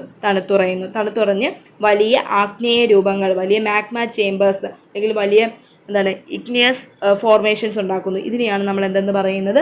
ബാത്തോലിത്ത് എന്ന് പറയുന്നത്. അടുത്ത ചോദ്യം, the interior layer of the earth made up of very heavy materials like nickel and iron is called dash. ഭൂമിയുടെ ഉള്ളറയിൽ സാന്ദ്രത കൂടിയ വസ്തുക്കളായ നിക്കലും ഇരുമ്പും അടങ്ങിയിട്ടുള്ള ഭാഗം ഏതാണത്? നിഫെ ലെയർ എന്ന് വിളിക്കുന്ന ഏത് ഭാഗത്തെയാണ്? കോറിനെയാണ്. അപ്പോൾ ഇതിൻ്റെ ആൻസർ ഏതാണ്? കോർ. അടുത്ത ചോദ്യം, the lava that cools within the crustal portions assumes different intrusive forms. Explain any two intrusive landforms. ഭൂവൽക്കത്തിനുള്ളിൽ വെച്ച് ലാവ തണുത്തുറയുന്നതിലൂടെ വിവിധ അന്തരാഗ്നേയ രൂപങ്ങൾ സൃഷ്ടിക്കപ്പെടുന്നു. ഏതെങ്കിലും രണ്ട് അന്തരാഗ്നേയ രൂപങ്ങളെ വിശദീകരിക്കുക. അപ്പോൾ നമ്മൾ നേരത്തെ ചെയ്തൊരു ക്വസ്റ്റ്യനുമായിട്ട് റിലേറ്റ് ചെയ്തിട്ടുള്ളൊരു ക്വസ്റ്റ്യൻ തന്നെയാണ്. നേരത്തെ ഡയഗ്രാം കാണിച്ചു, ഇതിനകത്ത് ഡയഗ്രാം ഇല്ല. നമ്മൾ ഇൻട്രൂസീവ് ഇഗ്നിയസ് റോക്സിനെ ഏതെങ്കിലും രണ്ടെണ്ണത്തിനെ എന്ത് ചെയ്യുക, എഴുതാനാണ് പറഞ്ഞിട്ടുള്ളത്. നോക്കാം, രണ്ടെണ്ണം എഴുതിയാൽ മതി, ഇവിടെ കുറച്ച് ഞാൻ കൊടുത്തതേ ഉള്ളൂ. ആദ്യത്തെ നോക്കി ലാക്കോലിത്ത്. ലാക്കോലിത്ത് എന്ന് വെച്ചാൽ എന്താണ്? നമ്മുടെ ഭൂമിയുടെ ഉള്ളിൽ വെച്ചിട്ട് എന്ത് ചെയ്യുന്നു? മാഗ്മ തണുത്തുറയുന്നു. ഏത് ഷേപ്പിൽ? മകുട ആകൃതിയിൽ അല്ലെങ്കിൽ ഡോമിൻ്റെ ഷേപ്പിൽ എന്ത് ചെയ്യുന്നു? ഈ മാഗ്മ ഭൂമിയുടെ ഉള്ളിൽ വെച്ച് തണുത്തുറയുന്നു. അതിനെയാണ് നമ്മൾ ലാക്കോലിത്ത് എന്ന് പറയുന്നത്. ഇനി ബാത്തോലിത്ത് ഉണ്ട്. ഭൂവൽക്കത്തിനുള്ളിൽ വെച്ചിട്ട്, ഭൂമിയുടെ ക്രസ്റ്റിനുള്ളിൽ വെച്ചിട്ട് എന്ത് സംഭവിക്കുന്നു? നമ്മുടെ മാഗ്മ തണുത്തുറഞ്ഞ് വലിയ അന്തരാഗ്നേയ രൂപങ്ങൾ, ലാർജ് ഇൻട്രൂസീവ് ഇഗ്നിയസ് ഫോർമേഷൻസ് ഉണ്ടാക്കുന്നു. അതിനെയാണ് നമ്മൾ എന്തെന്ന് പറയുന്നത്? ബാത്തോലിത്ത് എന്ന് പറയുന്നത്. ഇനി ലാപ്പോലിത്ത് അല്ലെങ്കിൽ ലോപ്പോലിത്ത് എന്ന് പറയുന്നത് എന്താണ്? നമ്മുടെ മാഗ്മ ഭൂമിയുടെ ഉള്ളിൽ വെച്ച് തണുത്തുറഞ്ഞ് കോൺകേവ് ആകൃതിയിൽ, കോൺകേവ് ഷേപ്പിൽ, കപ്പിൻ്റെ സോസറിൻ്റെയൊക്കെ ഷേപ്പിൽ എന്ത് ചെയ്യുന്നു? സോസർ ഷേപ്പിൽ എന്ത് ചെയ്യുന്നു? തണുത്തുറയുന്നു. കപ്പിൻ്റെ അല്ല, സോസറിൻ്റെ ഷേപ്പിൽ എന്ത് ചെയ്യുന്നു? തണുത്തുറയുന്നു. അതിനെയാണ് നമ്മൾ എന്തെന്ന് പറയുന്നത്? ലോപ്പോലിത്ത് എന്ന് പറയുന്നത്. ഇനി ഫാക്കോലിത്ത് എന്ന് വെച്ചാൽ എന്താണ്? മാഗ്മ തരംഗ രൂപത്തിൽ, വേവ്സിൻ്റെ രൂപത്തിൽ എന്ത് ചെയ്യുന്നു? ഭൂമിയുടെ ഉള്ളിൽ വെച്ച് തണുത്തുറയുന്നു. അതിനെയാണ് ഫാക്കോലിത്ത് എന്ന് പറയുന്നത്. ഇനി സിൽ അല്ലെങ്കിൽ ഷീറ്റ് എന്ന് വെച്ചാൽ എന്താണ്? നമ്മുടെ മാഗ്മ തിരശ്ചീനമായിട്ട്, ഹൊറിസോണ്ടലായിട്ട് എന്ത് ചെയ്യുന്നു? ഭൂമിയുടെ ഉള്ളിൽ തണുത്തുറയുന്നു. ഇതിൻ്റെ കട്ടി കുറവാണെങ്കിൽ അതിനെ ഷീറ്റ് എന്നും കട്ടി കൂടുതലാണെങ്കിൽ അതിനെ സിൽ എന്നും വിളിക്കുന്നു. ഇനി ഡൈക്സ് എന്ന് വെച്ചാൽ എന്താണ്? ഈ മാഗ്മ എന്ത് ചെയ്യുന്നു? ലംബമായിട്ട്, പെർപെൻഡിക്കുലർ ആയിട്ട് എന്ത് ചെയ്യുന്നു? തണുത്തുറയുന്നു. ഭിത്തികൾ പോലെ, വാൾ പോലെ എന്ത് ചെയ്യുന്നു? അത് തണുത്തുറയുന്നു. അങ്ങനെ ഉണ്ടാകുന്ന ഫോർമേഷൻസിനെയാണ് നമ്മൾ ഡൈക്സ് എന്ന് പറയുന്നത്. അപ്പോൾ ഇത് ആ ഇമേജ് കൂടെ വെച്ചിട്ട് നിങ്ങളൊന്ന് പഠിക്കണം കേട്ടോ. അടുത്ത ചോദ്യം, illustrate the propagation of S waves through the interior of the earth with the help of a diagram and label the shadow zone. ഭൗമാന്തർ ഭാഗത്തു കൂടിയുള്ള എസ് തരംഗങ്ങളുടെ സഞ്ചാരഗതി ഒരു ചിത്രത്തിൽ വരച്ചു കാട്ടി എസ് തരംഗ നിഴൽ മേഖല അടയാളപ്പെടുത്തുക. അപ്പോൾ നിഴൽ മേഖല എന്ന് വെച്ചാൽ എന്താണ്? ഷാഡോ സോൺ എന്ന് വെച്ചാൽ എന്താണ്? ഈ തരംഗങ്ങൾ രേഖപ്പെടുത്താത്ത അല്ലെങ്കിൽ തരംഗങ്ങൾ കടന്നു പോകാത്ത മേഖലകളെയാണ് നമ്മൾ എന്തെന്ന് പറയുന്നത്? ഈ ഷാഡോ സോൺ എന്ന് പറയുന്നത്. പി വേവ്സിൻ്റെ ഷാഡോ സോൺ എന്ന് വെച്ചാൽ എത്രയാണ്? 105 ഡിഗ്രിക്കും 145 ഡിഗ്രിക്കും ഇടയിലാണ് പി വേവ്സിൻ്റെ, പി തരംഗങ്ങളുടെ ഷാഡോ സോൺ എന്ന് പറയുന്നത്. എസ് തരംഗങ്ങളുടെ ഷാഡോ സോൺ എന്ന് വെച്ചാൽ 105 ഡിഗ്രിക്ക് മുകളിലോട്ട് എസ് തരംഗങ്ങൾ പോകുന്നില്ല. അത് അതിൻ്റെ ഷാഡോ സോണാണ് 105 ഡിഗ്രിക്ക് മുകളിൽ. ക്വസ്റ്റ്യൻ എസ് തരംഗങ്ങളുടെയാണ്. അപ്പോൾ നമ്മുടെ ആൻസർ എന്ന് വെച്ചാൽ 105 ഡിഗ്രിക്ക് മുകളിലാണ്. ഇതിനകത്ത് 2 ഇമേജ് കൊടുത്തിട്ടുണ്ട്. ആദ്യത്തേത് ഏതാണ്? പി തരംഗങ്ങളുടെ ഷാഡോ സോണാണ്, നമ്മുടെ ടെക്സ്റ്റിലുള്ള ഇമേജാണ്. സെക്കൻഡാണ് എസ് തരംഗങ്ങളുടെ ഷാഡോ സോൺ. ഈ പടം ഒന്ന് വരയ്ക്കാൻ അറിഞ്ഞിരിക്കണം. ഇതിനകത്ത് നമ്മുടെ ചോദ്യത്തിൻ്റെ ആൻസർ എന്ന് പറയുന്നത് സെക്കൻഡ് ഇമേജാണ്. ഓക്കെ, അടുത്ത ക്വസ്റ്റ്യനിലോട്ട് നമുക്ക് പോകാം. A shadow zone for P waves. P തരംഗത്തിൻ്റെ നിഴൽ മേഖല നമ്മൾ തൊട്ട് മുമ്പേ പറഞ്ഞുള്ളൂ. ബിറ്റ്വീൻ 105 ആൻഡ് 145, 105നും 145നും ഇടയിലാണ് പി തരംഗങ്ങളുടെ ഷാഡോ സോൺ എന്ന് പറയുന്നത്. അടുത്ത ചോദ്യം, the near horizontal bodies of the intrusive igneous rocks are called dash. ഏതാണ്ട് തിരശ്ചീന രൂപത്തിൽ കാണപ്പെടുന്ന അന്തർജന്യ ആഗ്നേയ ശിലകൾ ഏതാണ്? അത് സില്ലാണ്. സിൽ നമ്മൾ നേരത്തെ പറഞ്ഞതാണ്. തിരശ്ചീനമായിട്ട് ഹൊറിസോണ്ടലായിട്ട് കാണപ്പെടുന്ന ഏതാണ്? സില്ലാണ്. സിൽ. അപ്പോൾ ആദ്യത്തെ ഒരു 3 പാഠത്തിൻ്റെ പ്രീവിയസ് ക്വസ്റ്റ്യൻസ്, പ്രധാനപ്പെട്ട ക്വസ്റ്റ്യൻസ്, മുൻ വർഷങ്ങളിൽ ചോദിച്ചിട്ടുള്ള ക്വസ്റ്റ്യൻസ് ഏകദേശം ഡിസ്കസ് ചെയ്തിട്ടുണ്ട്. അപ്പോൾ എല്ലാവരും നന്നായിട്ട് പഠിക്കുക. വരും ദിവസങ്ങളിൽ ബാക്കി ക്വസ്റ്റ്യൻസും കൂടെ, പ്രീവിയസ് ക്വസ്റ്റ്യൻസും കൂടെ ഡിസ്കസ് ചെയ്യാമെന്ന് വിചാരിക്കുന്നു. അപ്പം എല്ലാവരും നന്നായിട്ട് പഠിക്കുക, നല്ല മാർക്ക് സ്കോർ ചെയ്യുക. Thank you.